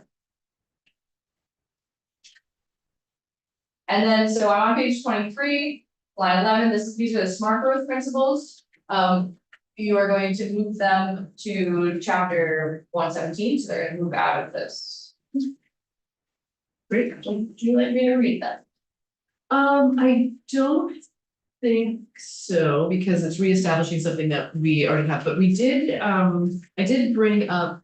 In the proposed rewrite of this, there was a new one, which. Let me just grab. I mean, this could be a thing that we say, hey, house, how about you consider this addition? And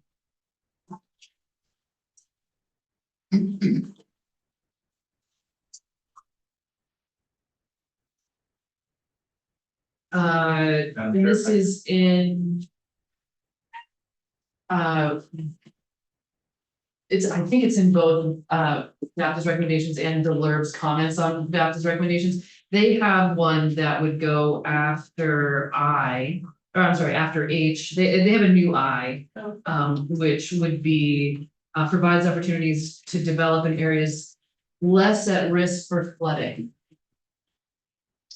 Charlie, did you want to comment on that? What you said. Okay.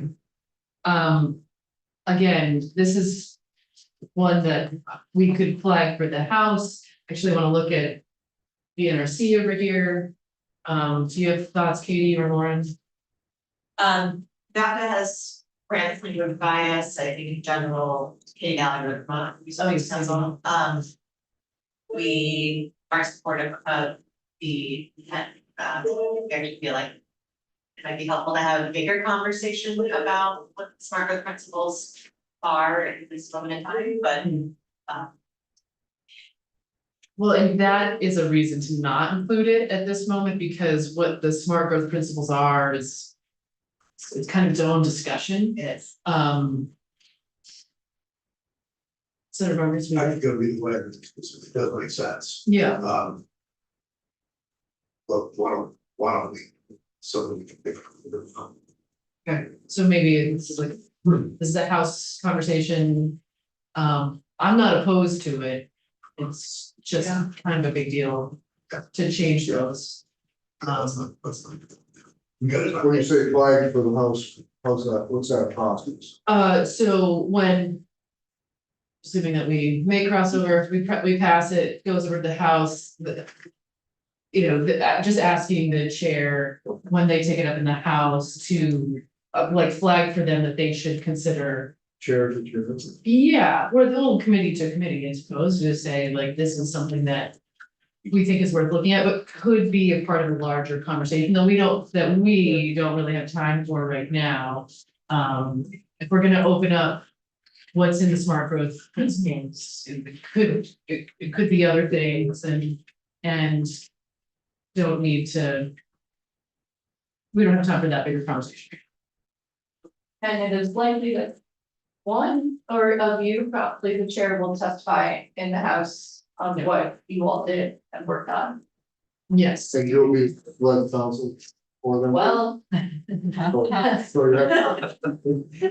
Say that, anyone else? Well, we're so grateful, so, but yeah, I'd likely be the one over there telling them about our conversation, so, Alright, okay. section 16, bottom page 24 into page 25. So this is about the designation of downtown centers and village centers. It's got some cleanup language in it, so the regional planning commission may apply to the LURB for approval and designation of all downtown and village centers by submitting the regional planning future land use map adopted by the regional planning commission. It's striking, identifying the areas as eligible. The department and state board will provide comments to the LURB and the regional planning commission on areas eligible for center designation as provided in 43-48 of this title.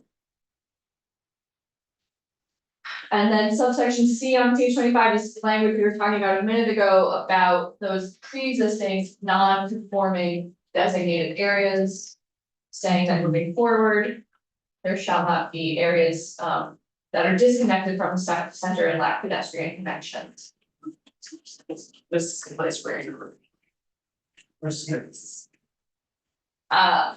I could go either way on which one to keep, but Go with writing this. Alright. So then, as part of the designation program, there are steps. So the downtown centers and village centers, there are steps 1, 2, and 3, and depending on the amount of criteria you meet, you get that step, and there are associated benefits with it. So on page 26, just a couple small changes, and then one change I want to flag. So for step 1 is established to create an accessible designation for all village centers throughout the state instead of villages. And then, so down on page 26, line 17, it's adding as the benefits for step 1. So step 1 gets funding and technical assistance, funding priority for development of the plans, and it's adding of the benefit of authority for municipal legislative body to establish speed limits of less than 25 miles per hour within the center. This is being moved because it's currently a benefit of step 2, so you will see that on the next page. I want to flag for you that this is a hot topic, and I don't think you have talked about it at all. The transportation committee is talking about this actively. And how and which towns get to set speed limits below 25 miles an hour. I have flagged it for them. So the Senate Transportation Committee may have an interest in this. I would, in that case, I kind of want to just get. Somebody else can talk about this, the House can talk about this, I don't want it as a hot topic. Okay. Okay. This is. Ask economic development, that's. And- Okay. So step 2. Small change here again, this established a mid-level designation for village or downtown centers throughout the state as opposed to just villages. And then on page 27, just a small little clarification here about it. We're in Title 24, so it just needs section 4350. And then, so on page 27, we're in the at the bottom of page 27, the benefits for step 2 designation. It was on line 16 was striking the authority about speed limit because it was moving into step 1, but it was also adding this language about the housing appeal limitation in chapter 117. This is currently on the next page as a benefit of step 3. So this section was sort of reorganizing which benefit was for which step. If you, I can give this its own subdivision here, and since I'm gonna unstrike the speed limit one, if that's your decision. Are these, is this your program? Okay. Are these your suggestions? The map is. Or balance? Okay, Great. you're okay with them? Yeah, okay. I think I need a little bit more on this, because this is stuff that we really have not talked about. Yeah. Because we So just, that's- it's at the end and we never get to it. And we're okay waiting. Okay, so, So. I mean, We'd also be okay setting this aside for. okay, Training here. Okay. in general, it seems good, but at the same time, we haven't talked about it enough for me. agreed, yes. Yes, and like yesterday or whatever day that was, I overdrafted so that you had things to discuss, even though you had to discuss it. Yep. Today's the last day, so Right. it is very easy for me to just pull this out if you don't want it. I think that would be wise at this point. since Yeah. We have not had a, and you know, I was having this conversation, Mr. Baker the other day about how. Especially this stuff it's often the last thing, and so it doesn't, it's been multiple times that we haven't gotten to it, and so, you know. It's not that I'm opposed, but that's, maybe another It time, does seem like something the house could dig into. yes, And do. I'm making notes for the house, yeah. Do you want me to take the whole section out? I think my next would probably be yes, since we haven't talked about it, and I don't think, unless there's just some technical things. Well, and when you say the whole section, do you mean, what I'm hearing is the steps? Because I'm actually fine With the In- first one. because it's, Yeah, so this is section 16 at the bottom, Oh, okay. 24 into 25, into 26 and 27.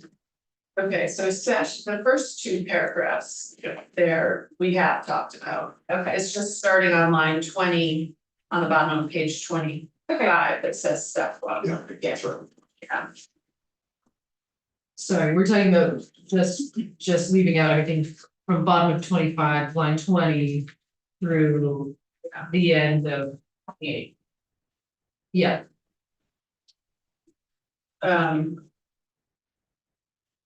Through the end of the second. well, the end of the Yes. Yeah. Okay. that would be fine, I mean, if it made sense to leave in, you know what, this is something the house would have. Let's do that, if they wanted. Edit any of the rest of it, that's okay. They're gonna have a lot of time. They need stuff, so. This and fishing, That's right. wait. Have a lot of conversation about weight. They're gonna have bad dreams. Sorry, too soon, too soon. Yeah. All right, page 28, Okay. section 17.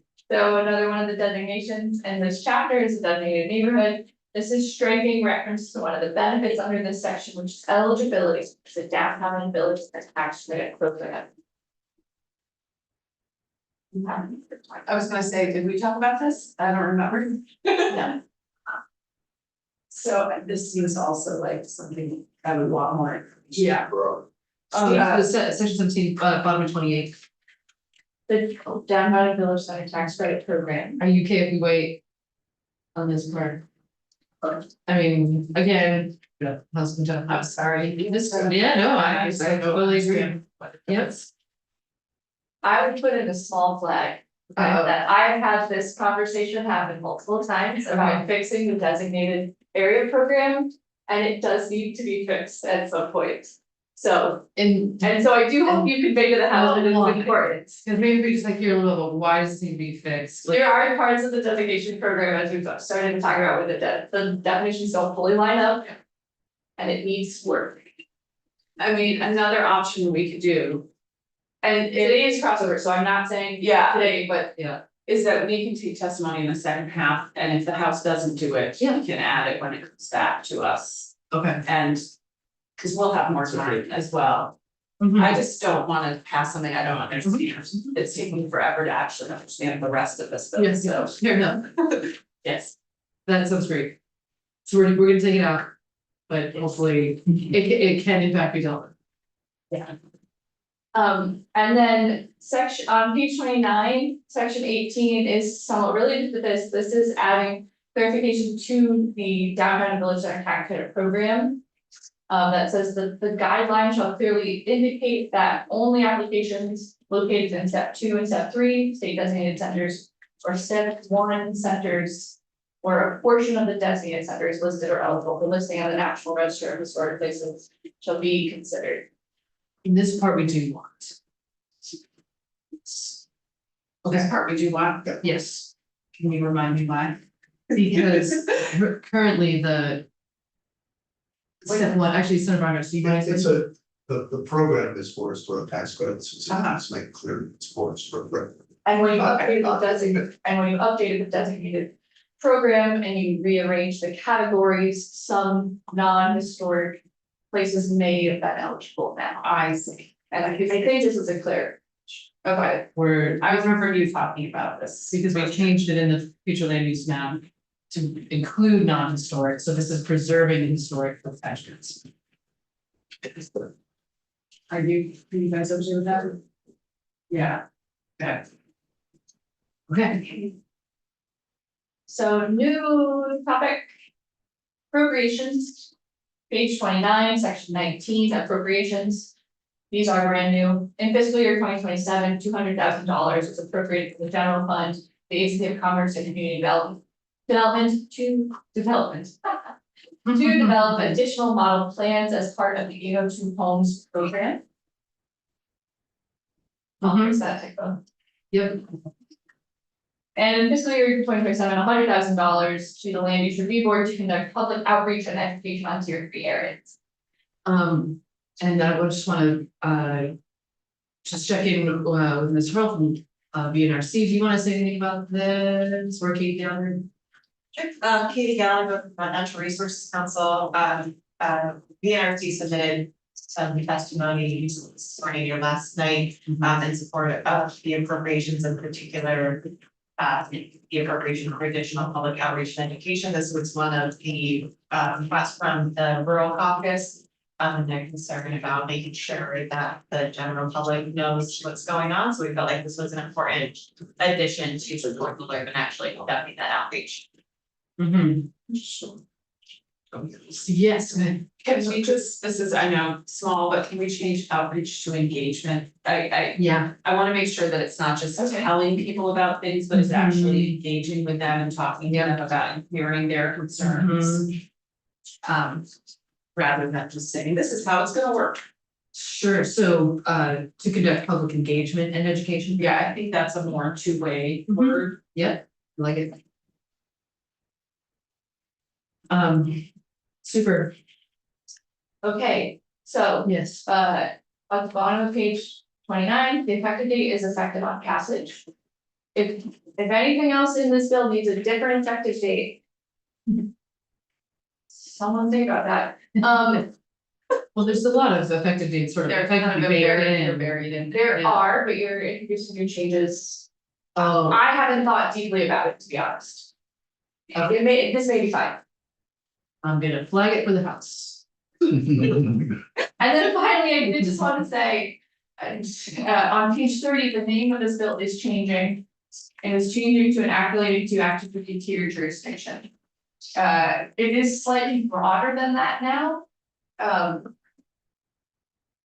So if you want to change that, you can.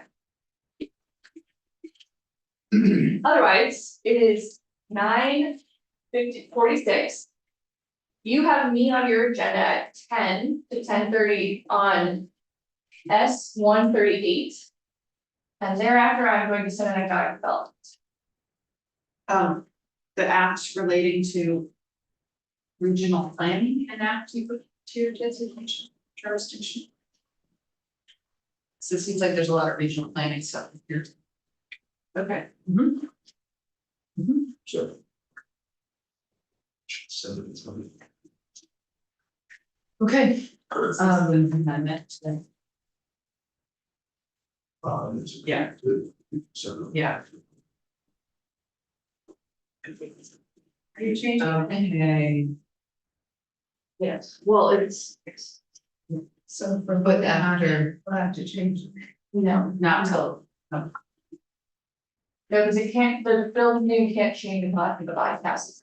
oh, Or should we do Um, the other bill? maybe, Yes, well, because we have you at 10 for the other bill. Which is great, and then 10:30, so, but separate question, so we have like, a little more than 10 minutes right now. How long do you think it will take you to draft those changes? I think it's gonna be at least 15 minutes, Okay, but I think 15 minutes is a good estimate. okay, is everyone feeling comfortable with this? this is a good question. Where, I mean, yeah, I'd like to, I'd love to make the roll rule, you know, that. For 3 votes, I'm going to do that. I just love the land at, finding out the. That's that I'd love to wind up. Implementation is 2030. The roll rule, everything else. 2030, I could vote for, without 2030. I can't vote for this vote. for 23rd, For the road- road implementation? where are we at for this? That's on like page 2, Yes. yeah. We're at 2020, Line 6. 2028. So Are you at January 1st, 2030, which is where the other, just to line it up with the other ones, right? There's no rationale. I am just saying the rationale was to give the board the time to do it, done that. We've extended by a year and a half. I can't see. Well, and we did extend it in tier 1B areas to 2030 that are not. That have been mapped, that don't opt in, but not. That have been approved and mapped, but not. Opted in, mhm. Well, and, that is after, so. Would love to have known that sooner, but also, to be fair, it is, after the next legislative session, so there's another opportunity to continue to push back. If not, because we're at least after next session. what do you think, Sam? What do you think? Is that the only point? Are you comfortable enough with the rest of it? Well. The parts with the, we gotta go back to do the policy, but, until I see those things flushed out, I still have issues with that. But Well, it's gonna come back to us. Right. It's not like they're gonna get to decide and then it goes. We get another crack at it. I mean, my road rule is that projection, maybe it can't get dealt with in this committee, but there's a process. here. There's process, this is true. Yeah, Well- I mean, I'm getting pounded pretty hard with Yeah. the situates about the road rule land here. Mhm. Yeah. I mean, if you,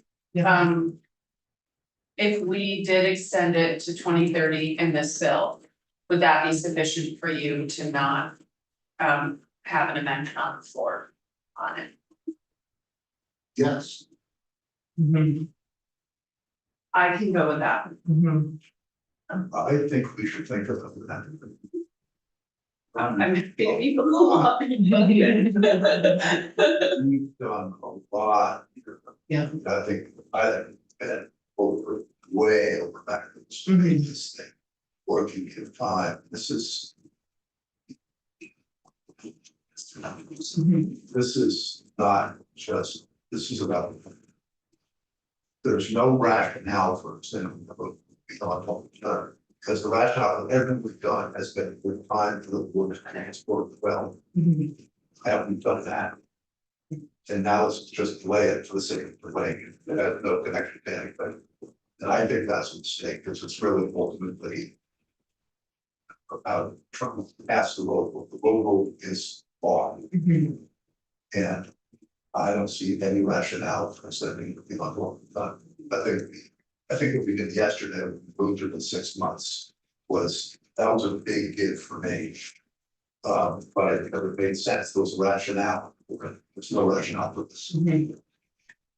So my intention at this moment is to is to stick with where we're at, take a break, talk a little bit more, and then see where we're at. So would love to, I know we still have you at 10. So let's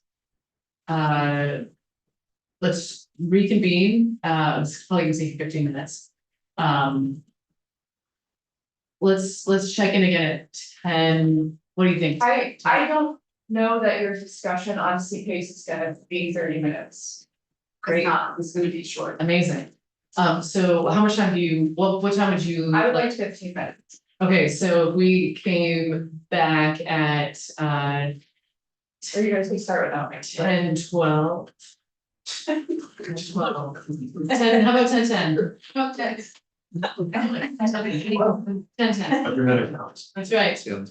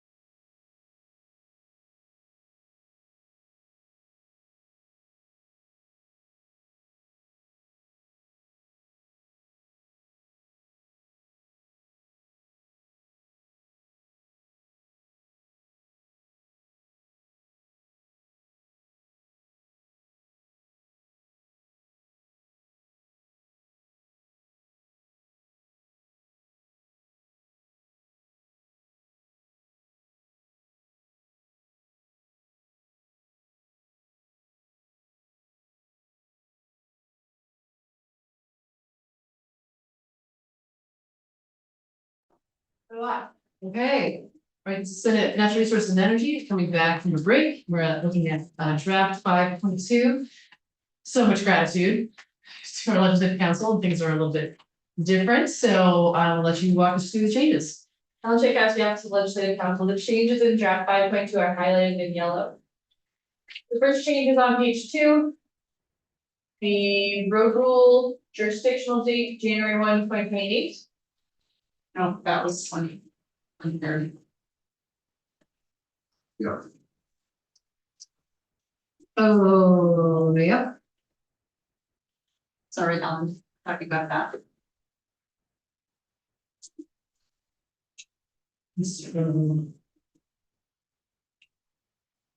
Do you, well, let's keep going through this draft and we might look at one. Yeah, I mean, we could also, we can. That's all it is, we can. Ask it. yeah. Okay. Okay, let's keep Next. going. Is until January 1, 2030, roads constructed in areas mapped and approved by the board as eligible to receive your 1B area status that are not requested. This is probably irrelevant. Yeah, exactly. Now that we've extended the whole thing.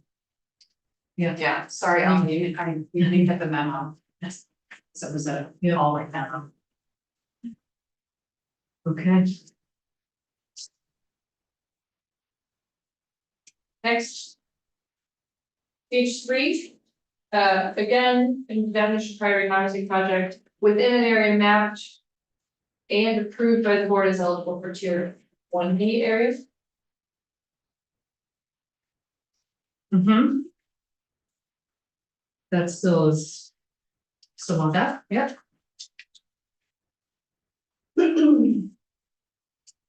Page 7.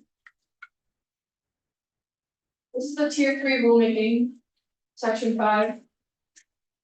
It still says here, determine which and under what circumstances the criteria should be part of the tier 3 area review. Where, you're specific. I'm on page 7, Okay. line 16.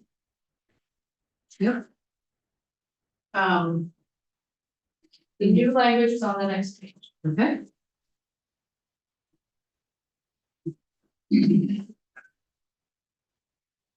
Section 6 has been replaced. In the prior version, there was a report back from the board. Section 6 is now a statutory amendment to the Land Use Review Board's rulemaking authority. It's adding a new subsection consistent with the intent of subdivision 6001 3A12, which is the road rule, and the tier 3 rulemaking requirements. The board shall have authority to adopt rules establishing a process to limit the criteria that would apply to road development pursuant to that subdivision and development within tier 3 areas. The rules shall define which criteria will be reviewed and under what circumstances. Guys good with that? Mhm. Scott? Yep. Okay, that works.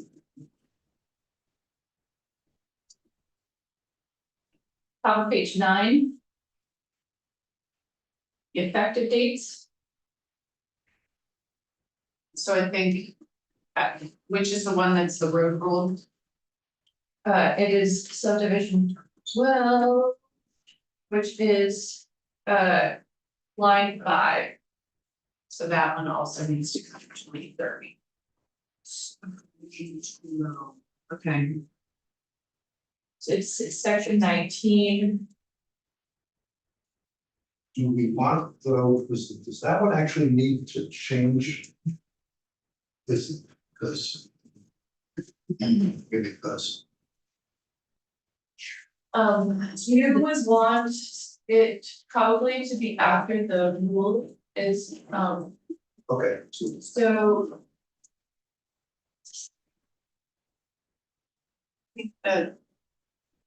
The board's gonna make the rules are gonna come into.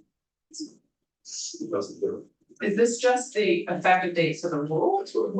No, that was for the Effective. jurisdictional trigger. The jurisdictional trigger, and the first one that we also just changed to 2030 is the. Is part of that. Yeah, so I think they both do. They can make the rule beforehand, it just won't go into effect. Okay. Before that though, you changed that the criteria 8C is taking effect still on January 1, 2028. But section 2021 is taking, that's tier 3, that takes effect on June 30th, 2028. That's the new language on line 3 of page 8. page 9. Page 9. Oh, right, because we had to go around those. Sorry. Yep. Yep. Okay. Thank you. Page 17. This is changing the cross-reference for the smart growth principles to 4303. That is added further down in the bill. Page 18. Line 11. It is the intent that most towns in Vermont have at least 1 million.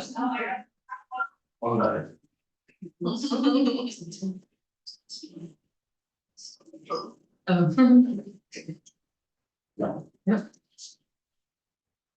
Okay. Page 19.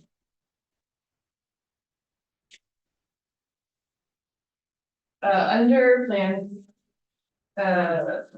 Planned growth areas, establishes pedestrian access directly to the downtown or village center, new town center and construct. And then it's very annoying that this is into 19 into page 20, but there's new language at the bottom in village areas.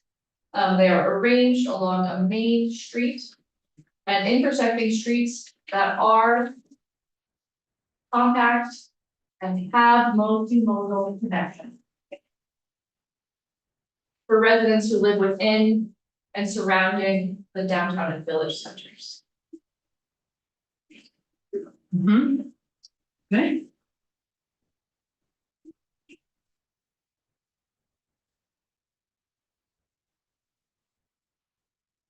Page 21, section 13 is new. This is adding the smart growth principles. The 24 VSA 4303, the definition section of the planning and zoning chapter. They have not changed. It does not have the new proposal in it.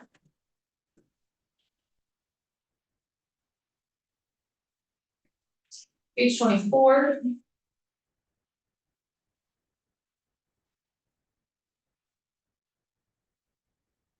The cross-reference to smart growth principles is then corrected there as well. Hang on, let me just check something real quick before we move on.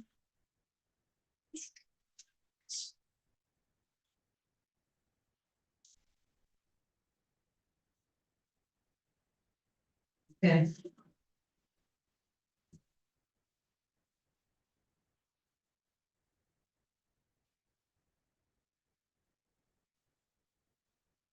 Page 25 and page 26, I didn't highlight, but I deleted most of section 17. And what was section 18. I'm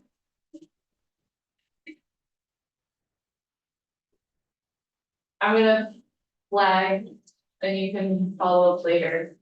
Then economic development in 328 has 24 VSA 5803 in their bill. However, you took out the part that would have conflicted with their version. So right now there is no conflict and we can shore that up in the house.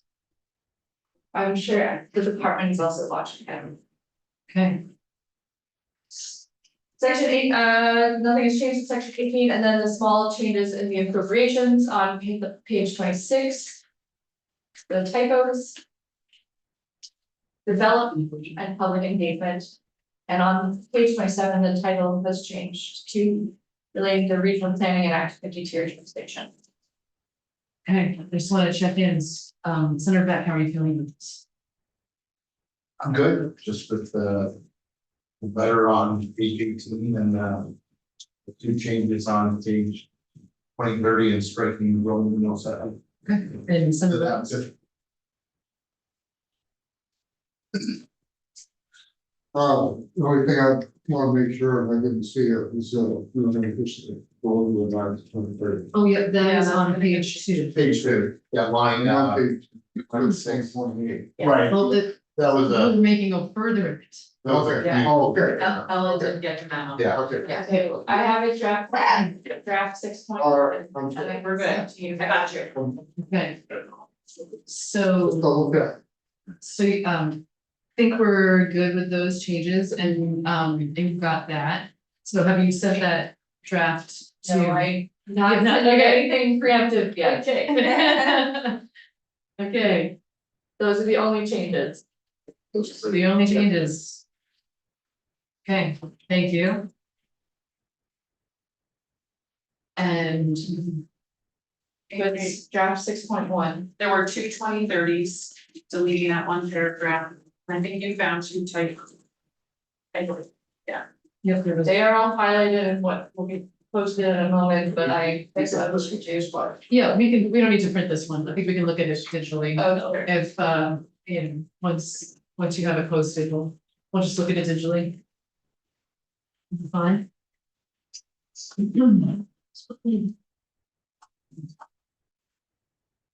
Don't go to your page yet, come up. Yeah.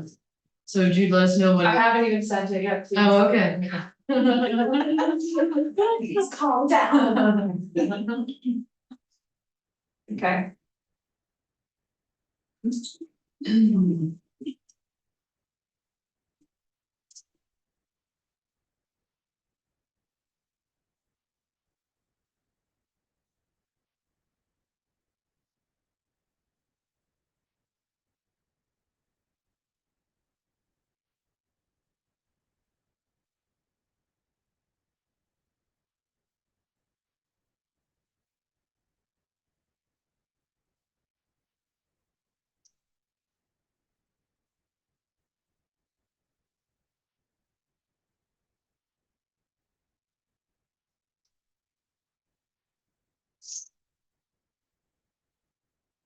Senate Economic Development is requesting my presence.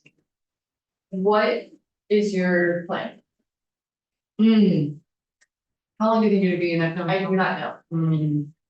I believe they're only, they are working on one of my, they have finished the others except for one of my sections. Hmm. I wondering if you, because I think we're pretty close to having, like, looking at another draft. Actually, I don't know if we need Ellen for looking at the new draft, because I think we're probably fine. So then we could vote that out, then we won't have you for 138 for at least a while. Maybe we could take the 138 after the floor. Potentially, no, what's your schedule like after? I have other things to go to. Do you know when the floor? how We long don't the know, floor- we have no idea. So I'm available, I think, after 2 p.m. today. Draft, you just do CPA's really Who good do, now. yeah, let's do CPAC real Yeah. quick, yep. Cause we won't need to. Things are in good shape, Yeah. so, yeah. Mhm.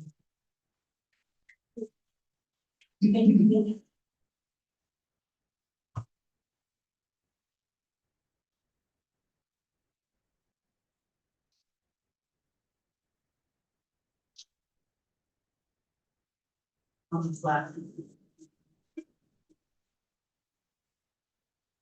Okay, whenever you're ready, go ahead.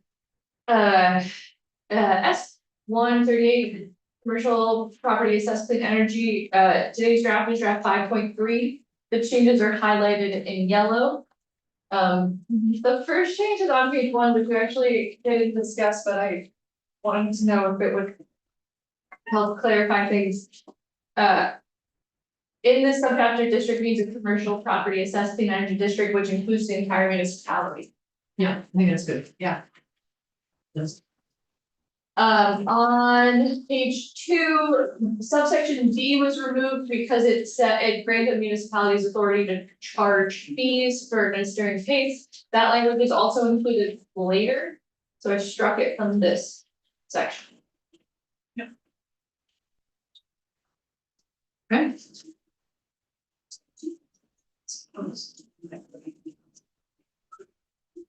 Page 6 into page 7. CPACE program administrators. At the bottom of page 6, a municipality, a public agency, or a private entity may serve as a program administrator. However, a capital provider or lender shall not serve as a program administrator in a municipality where it is also lending. Oh, yep, yes, Okay, that's great, thank you. Small changes here, a municipality that has adopted a CPACE district may enter into a contract with an entity. Those are grammar things. Line 11, an entity may, and this is about entering into program administration, and then the real new part is down at the bottom of page 7 for the Department of Financial Regulation. The Department of Financial Regulation shall consult with relevant stakeholders, including the Vermont League of Cities and Towns, the Vermont Economic Development Authority, Commission of Vermont, and agencies from other states with CPACE programs in order to identify appropriate entities to serve as program administrators.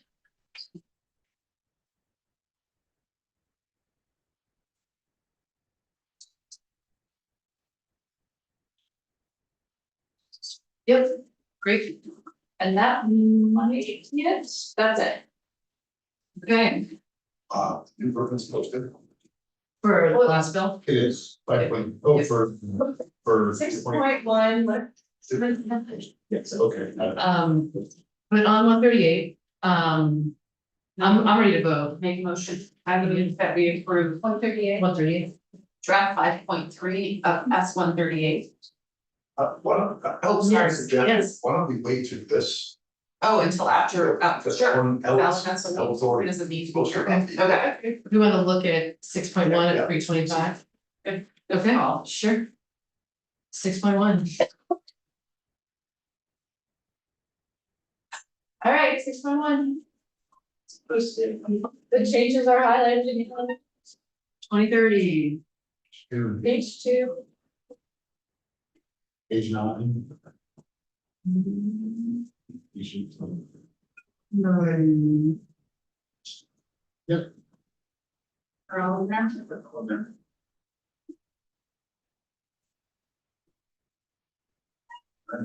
okay.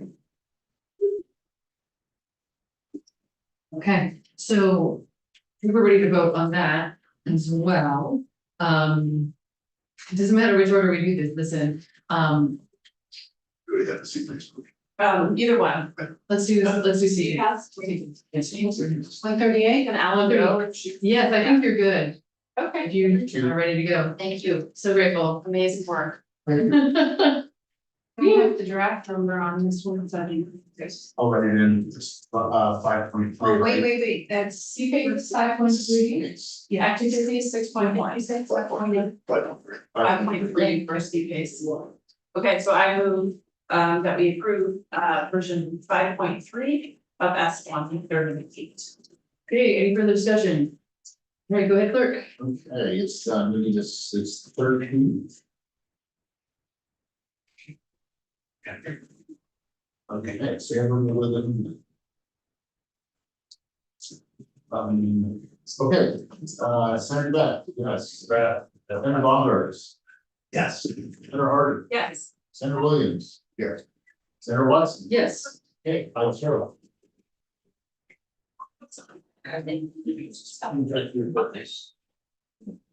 You interested? Okay. Super, thank you.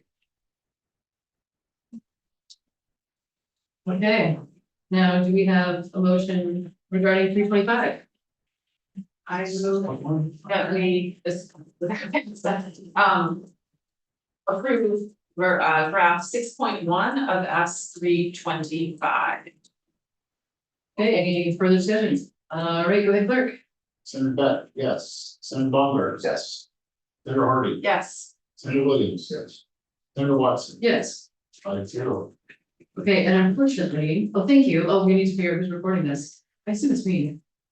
Unless people wanna, we could potentially chop. Big Bill, you should do it unless you want help, and then you can chop it up. Well, you know what? Fine. I will do it. If I feel like I need help, I will reach out. Right? Okay, thank you. And unfortunately, I think, we need to take, 5-minute break. Before we talk about 220.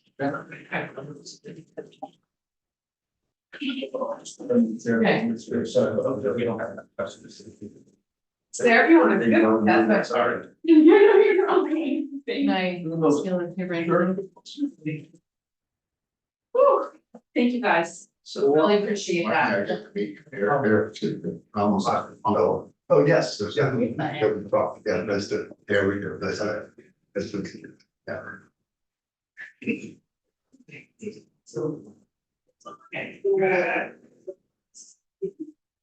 Get a break, Eric. I'm gonna hit the head. Okay. I'll be back. So I sit next to him over there. You may. It's like that seat's been abandoned. In fact, you may have the big chair. You're the bigger. One. Oh, yeah. You take the big chair. I'll take. So nothing in there. Here, You might go back. Is that TK? I haven't changed anything on Is that TK boys? it. Yes, sir. Hi. You look familiar. How are you, Eric? Hey, I don't know. How are you now? You came up, looked me up last year. I appreciate that very much. So, here's you know my brother, he's smart. I do. Yeah, and you live close to him. You. I'm in Fulton, so we're Yeah. just down 22A. The top, I don't. A lot of history, we've been around the world. Oh, All the ships and. Yeah, We've got some mileage out there. But it's a couple of farm boys, you know, grew up on a farm. so are you here for the wakeful? Are you? Yeah. So, We'll put a couple of chances, so we're done. Oh, Yeah, really, that's what it's like, I'm pretty much just a great line, like, like, the last, all, it's on, the beautiful folks. That, there's so much we could do to make it better, but we just seem to want to ram things yeah, through, so. so it's I don't know. We don't have any decontamination picture, That's, unless you're up on Lake that's a Champlain. huge, that's a huge, We do in Bombazine, actually. Woodard Marine House, yeah, what they would consider inadequate. yeah, it's unfortunate, they're just not spread around enough, there aren't, actually, aren't enough folks. I know. No, it's gonna go into. I don't have to, I don't care, one way or the other, but Yeah, I got people that do. oh, yeah, you gotta represent them, that's, otherwise you're gonna be looking for a job. I've been looking for a job my whole life. You know. Yeah, so we, You get a chance to say hi to your nephew? oh, yeah, we. I'm smart, just to that must be good. Just the heart. So, yeah, no, so, doing that. And it's interesting, I'm a water rat. Yes? You know, I was looking at the. One of the things that I think looked up this year was the genesis of the. Some of these bills about these species.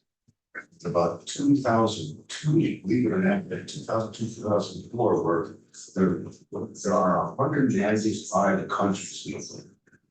Vermont is 9,500 square miles, 100,500 square miles. And there are 15 countries that are smaller than Vermont. So it's but these countries, including America, because the law that was created, that all the countries was involved with controlling invasive species. I mean, used to be the down there in some of the country, and then be this green algae and stuff all over. And all the invasives are here. No, they're not, well, they're coming, but what happened was the 2017, after like 12 years of working on this. They came up with some solutions. There are these big ships, when they go in, if they're gonna have to deballast 200, get this 200 miles from shore. They have to take their ballast and they have to go down hundreds of feet to suck it up, so there's clean water. And you got ready to do a law, you got to do all this stuff, and when you're in port, if you're gonna be pumping stuff off of the ship. Or salmon, probably, over the registry, or it's so. So it's. And all you gotta do is have one not do It's the net, but they do, it's just. it. I mean, all boats, you're a bass fisherman, you go to the LCI Derby. And you use your live well. Yeah. Then you're taking water contaminants from Lake Champlain, now you gotta go to a Derby and bottle So it. just at least have to have your heart in the right place, you gotta try to do the right way, at least some people. But. Most of like.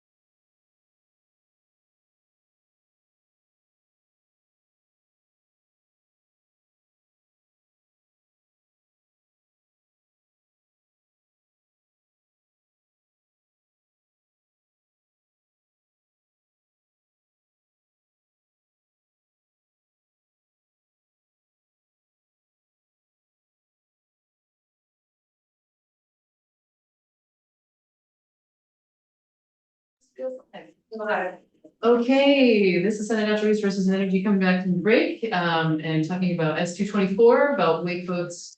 And tournaments and aquatic invasive species. So we do have a draft, but we also received some further comments on the new draft from Secretary Moore. With some further comments and concerns which are now posted in places that she still had concerns about conflict with the draft rule, so fair enough. So what we are going to do is we're actually just gonna table 224. We're gonna let it be. And so we're not gonna take a vote on it today. Yeah, We'll do that. it's important that the rules go forward, so there we are. That's what we're gonna do. So I wanna thank everybody for your thoughts and participation in all this. And I think that means that we are done for the day. 15 minutes. Oh my God. All right, incredible. No, so just to be clear, we're not gonna come back after the floor. We're not coming back in the afternoon. So, Yes, sir. so that means that, if they continue with their rulemaking, That is, would rather have chance to vote no on it. Personally, well, fair enough. just want to. Yeah. Okay, so with that, we are adjourned.